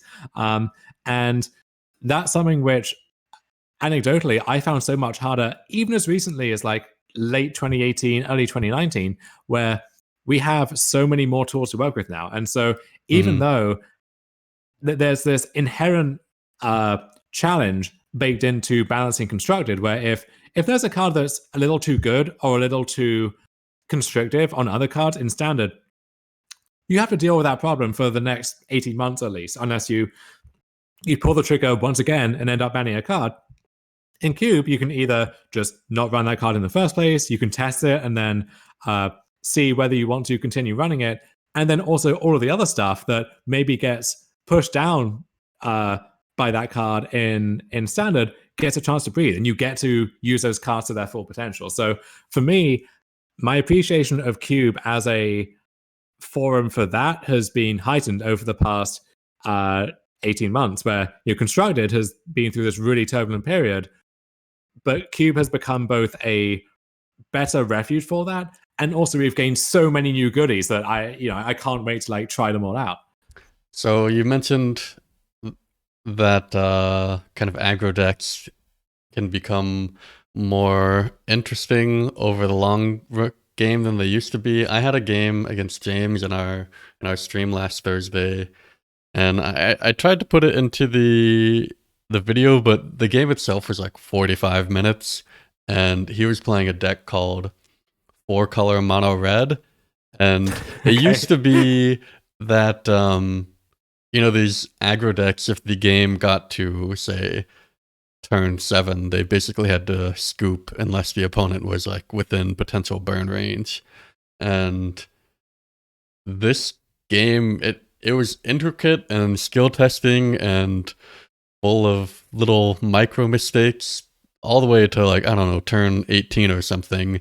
And I think that's not the type of gameplay that my cube would have produced 7-8 years ago. Yeah, and I think there are even fewer excuses for that narrow-minded focus on your deck needs to have 10 1-drops, and you need to have this blistering fast aggression. I don't know how true that ever was, but I think it's even less true now when you have these other options, and for my money, more interesting options available to you. And my colleague at SEG, Ryan Overturf, who does a lot of the cube content over there, he had a good piece recently breaking down just what's required in order to support this classic model of aggro in a cube, where you care a lot more about card quantity than you do about card quality. So if your theory is your aggro deck needs to have 8 to 10 1-drops in it, firstly, you don't get to be too selective about what those 1-drops are. You're going to have to play some that maybe are not that interesting or even that powerful just to make up the numbers and hope that they get to those players. And you need to be able to fill in the gaps with these generic effects like burn or removal and so on. But the point that Ryan really drove home was that this idea of aggro is necessarily very exclusive and very on the rails, because when you care so much about the density of an effect and the quantity over the quality, you need to make sure that those cards can actually make their way back to the players in question. So let's take red 1-drops as an example. A card like Grim Lavamancer is going to go in most, not just mono red aggro decks, but most red decks in cube in general. And normally that would be a great thing. That would be one of the main selling points to put that kind of card in your cube. But Ryan's point was that if you're trying to really explicitly support mono red aggro, that almost becomes a downside, because the green-red mid-range deck or the blue-red control-y spell deck over here also wants that Grim Lavamancer. So they're going to take it, and that's one less 1-drop that you can add to your column to support this blitzkrieg aggression. Yeah, that was actually a point that was made in the Mark Rosewater glue article that I linked to in the video a couple weeks ago, is that he talked about some cards you want to be supporting multiple things, but you also have to make sure there's cards that get to a specific drafter that not everybody wants. Yeah, and likewise, the red burn spells, which you can expect some amount of in every cube, is Char or Incinerate the better cube card? Well, by most metrics, you would say Incinerate is by far the better cube card, and one big part of that is that it's more flexible. It goes in any red deck for the most part, whereas only a very aggressive deck is going to want the Char. But as Ryan mentioned, this for a red aggro deck, you need them to be able to rely on picking up the Chars and the Fire Blast and these cards which are pigeonholed into the aggressive strategy, because if the black-red deck over there is snapping up the Incinerate, then you don't have the tools to work with. So if you want to support that kind of aggro deck, you firstly need to devote a lot of slots to it just to have the density of those cards that are required. And you also need to make those cards as narrow as possible so that no one else ends up getting them by accident or by design. So you're filling your cube with these cards which only go in a certain deck. And this presupposes that people want to draft that deck in the first place. In my experience, there is more enthusiasm about basically every other kind of deck type than there is about the kind of clinically efficient mono red or mono white aggro deck. And sure, there might be one person at the table who loves being the fun police, loves that kind of playstyle, but that's usually fairly limited. I will in my say experience. that at least back in the day when I played other cubes, say 5-6 years ago, that mono white cube aggro decks were the most boring thing I've ever played in Magic. Just these linear, vanilla, efficiently statted creatures, and then you pick up your cards if their worm coil hits the board. And those decks are punishing to newer players or less experienced players in several ways. So, firstly, they punish any inefficiencies in the decks that those players draft. So if they have some dirtly mid-range pile that maybe their mana base is taking a few creative liberties, and they took that flashy 4-drop over the 2-drop that might help to fill out the lower end of their curve, the aggro decks are going to punish them for doing that, and not in a way that they are going to find fun or interesting. And then also, if they try to build those decks themselves, aggro decks give you less room for maneuver in terms of how well you build them, and also I think how well you play them a lot of the time. So we all have that experience of you show up and there's someone who's built this.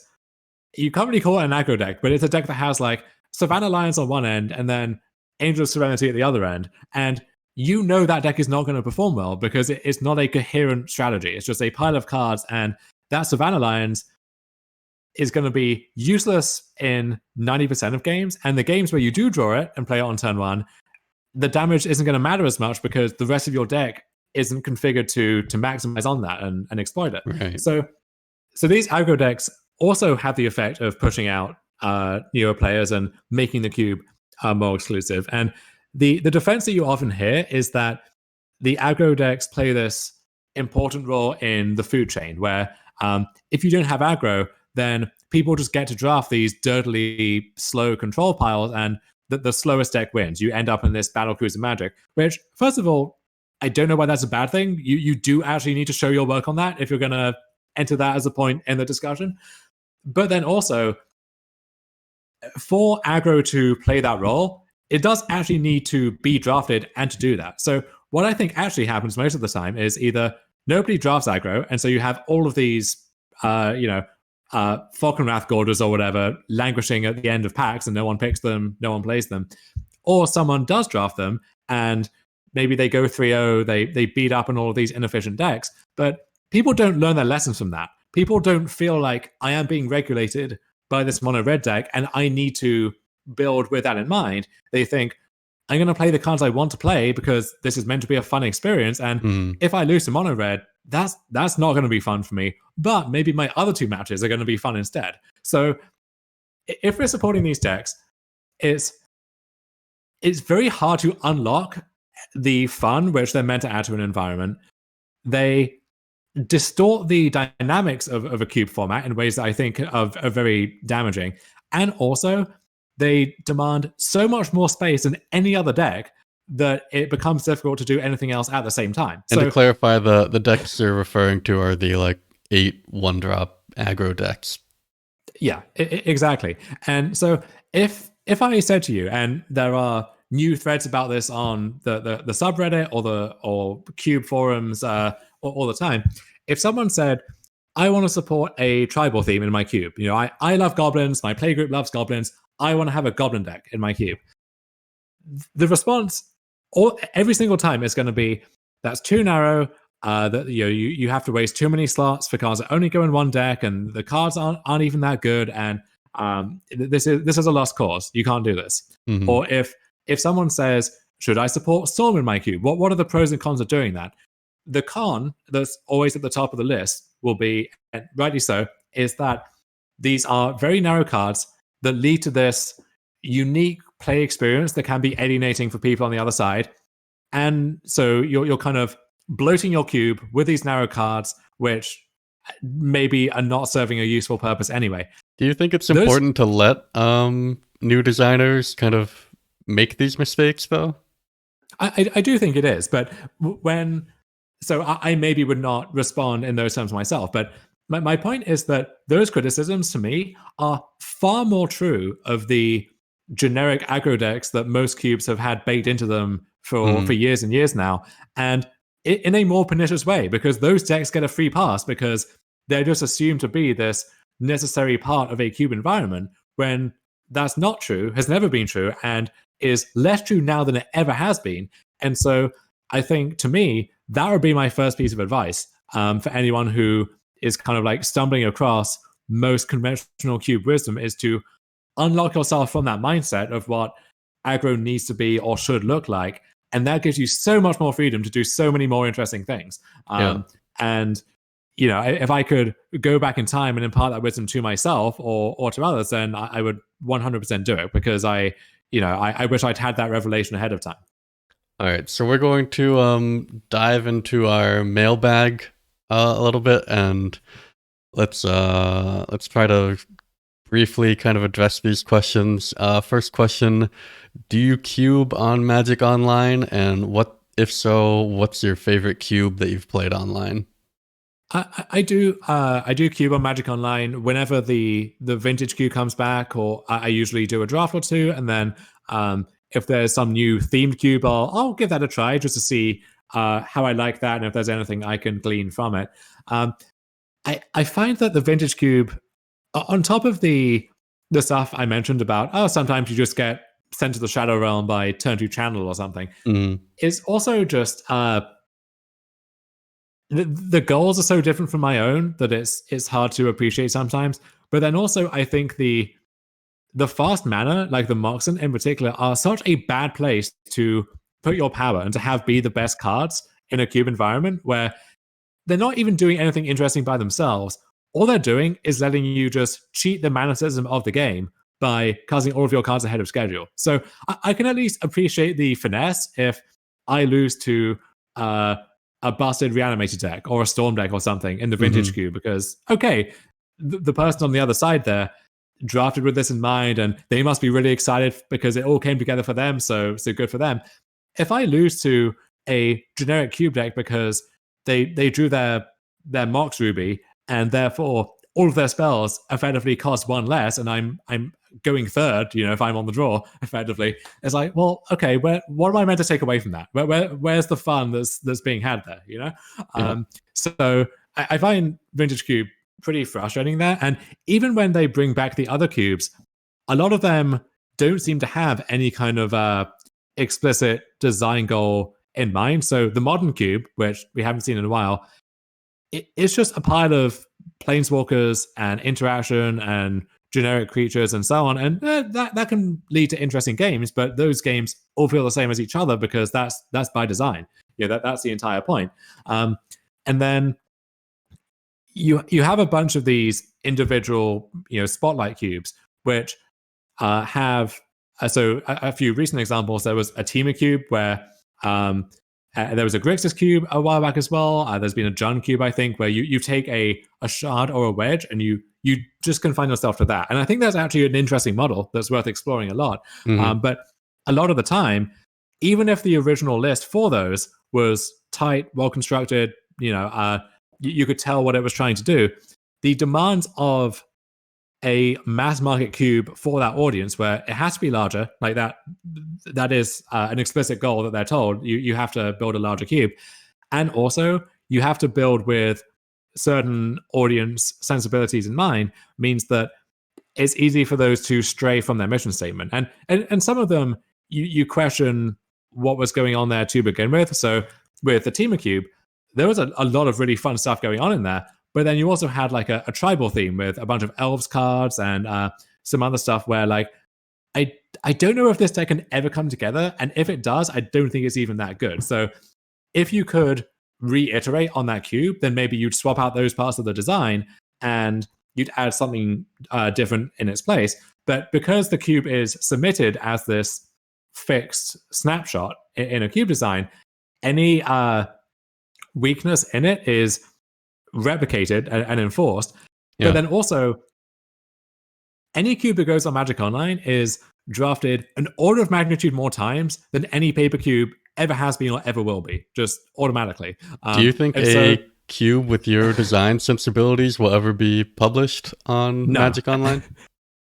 In part, that's because some of my cubes include like silver border cards that literally are not on the program and cannot be implemented into the client. But another part of that, I think, is just, I freely admit I am not the typical audience member, and I should not be treated as such.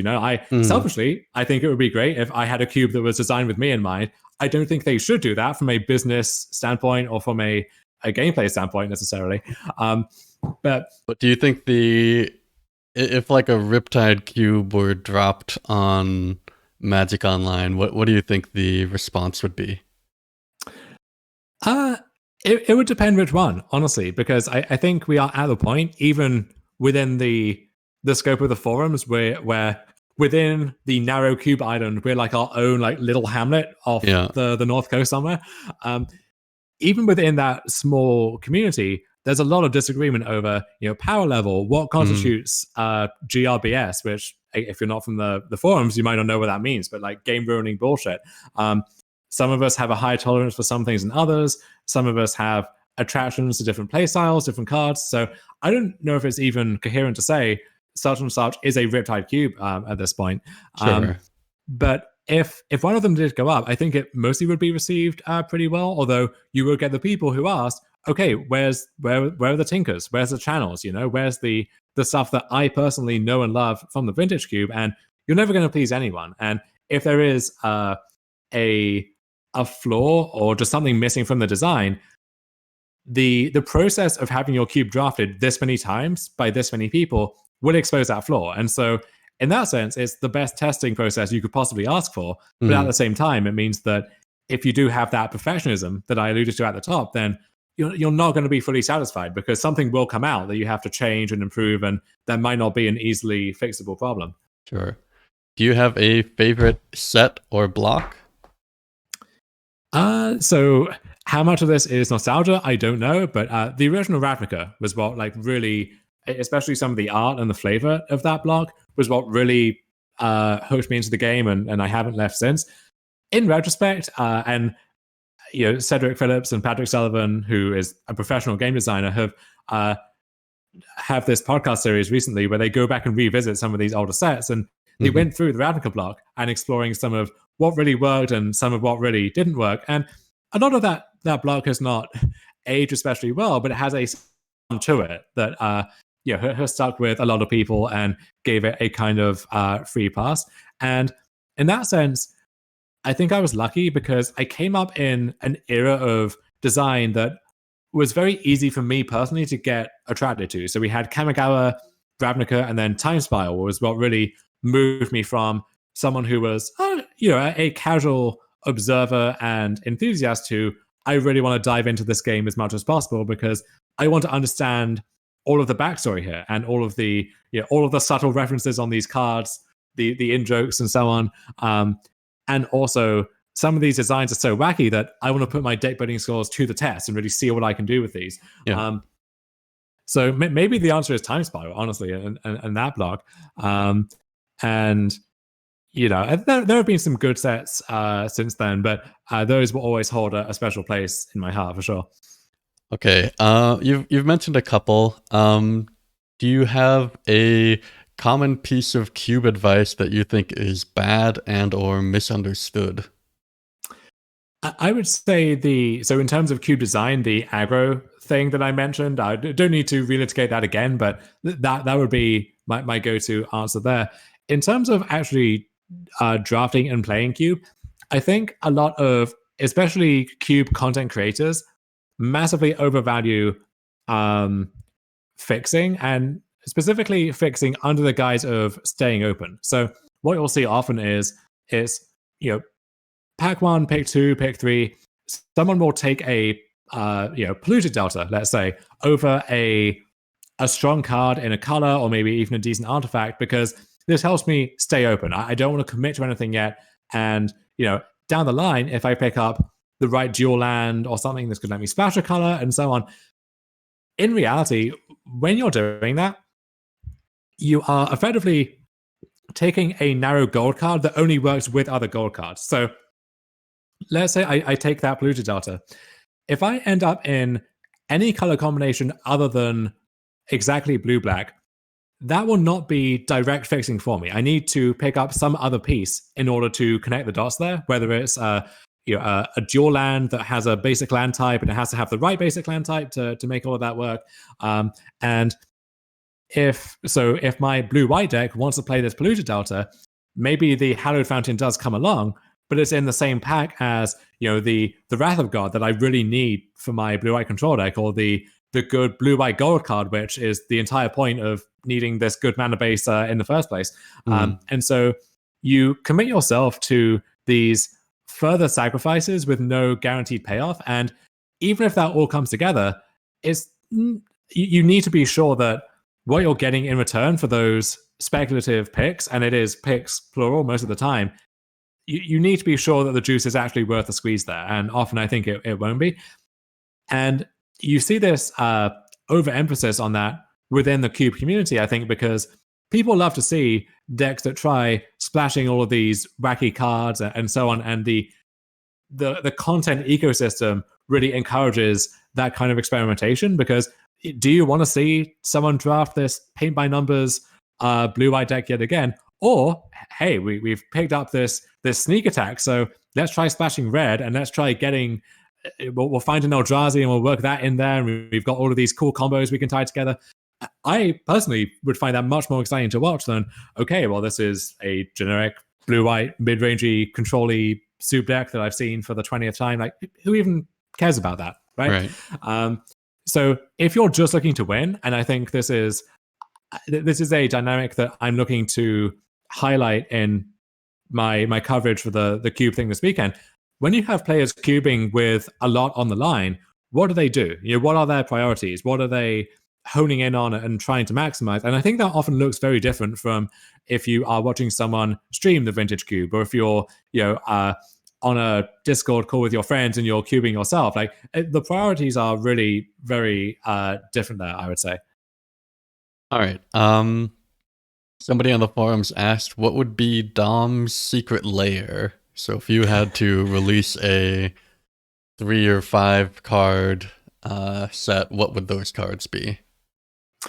I mean, I could do the cards that have trapped me most in cube design over the years. And, if you give me some new art foily goblin welder, then that can trap me all over again for another 2 years. Beyond that, I don't know. I've really enjoyed the idea, at least, behind the old border being applied to some of the cube favorites in Time Spiral Remastered. So I'm really glad that I have an old border Yawgmoth or Evolutionary Leap for the first time, which I would never get under any other circumstances. So maybe that would be my answer, is just to continue in that vein, take some cards that I really like from the past few years, reskin them in the old border, and go from there. There's a kind of tie into that question, which is, if I had I'm not sure what they're even calling it, but these tie-ins with other IPs now, where they've announced a Dungeons and Dragons thing, and we had the Walking Dead controversy from the Secret Lair drop last year. For me, I personally don't see a categorical difference between how derivative Magic design has been in the past, where like one of the earliest Magic sets was literally called Arabian Nights and based on tropes from the Arabian Nights stories, and just trying to work those into a Magic set. And then also you've got like Shark Typhoon, which is a barely subtle nod to the movie Sharknado. And have you seen that movie? I saw the first one. I haven't seen any of the innumerable. There's a whole sequels, franchise now. I only knew of the first one, but there's a whole franchise there. I think they really beat that dead horse or that dead shark into the ground. But on top of that, you also have a top-down design philosophy, which in some cases is very crudely derivative. So in the original Theros block, it's like, okay, I know this set is meant to be inspired by Greek mythology, and there's a certain level of immersion or suspending my disbelief that goes along with that. But when I see the card A Crowan Horse, and it's basically just, hey guys, we made a Trojan horse, but it's not Troy, it's an Crowan horse. It's like, okay, great, good for you. You know, that to me, that is as offensive, if not more so, than, oh look, this is Rick from the popular TV series The Walking Dead. Let's make a card based on Rick. If anything, that feels more natural to me in a way than that kind of showing your leg almost, this kind of subtle but really not subtle at all tie-in to actual stories or mythology that has become very popular. So I don't get the controversy about that, and I think having a really strong view about it, that in itself is alienating to me.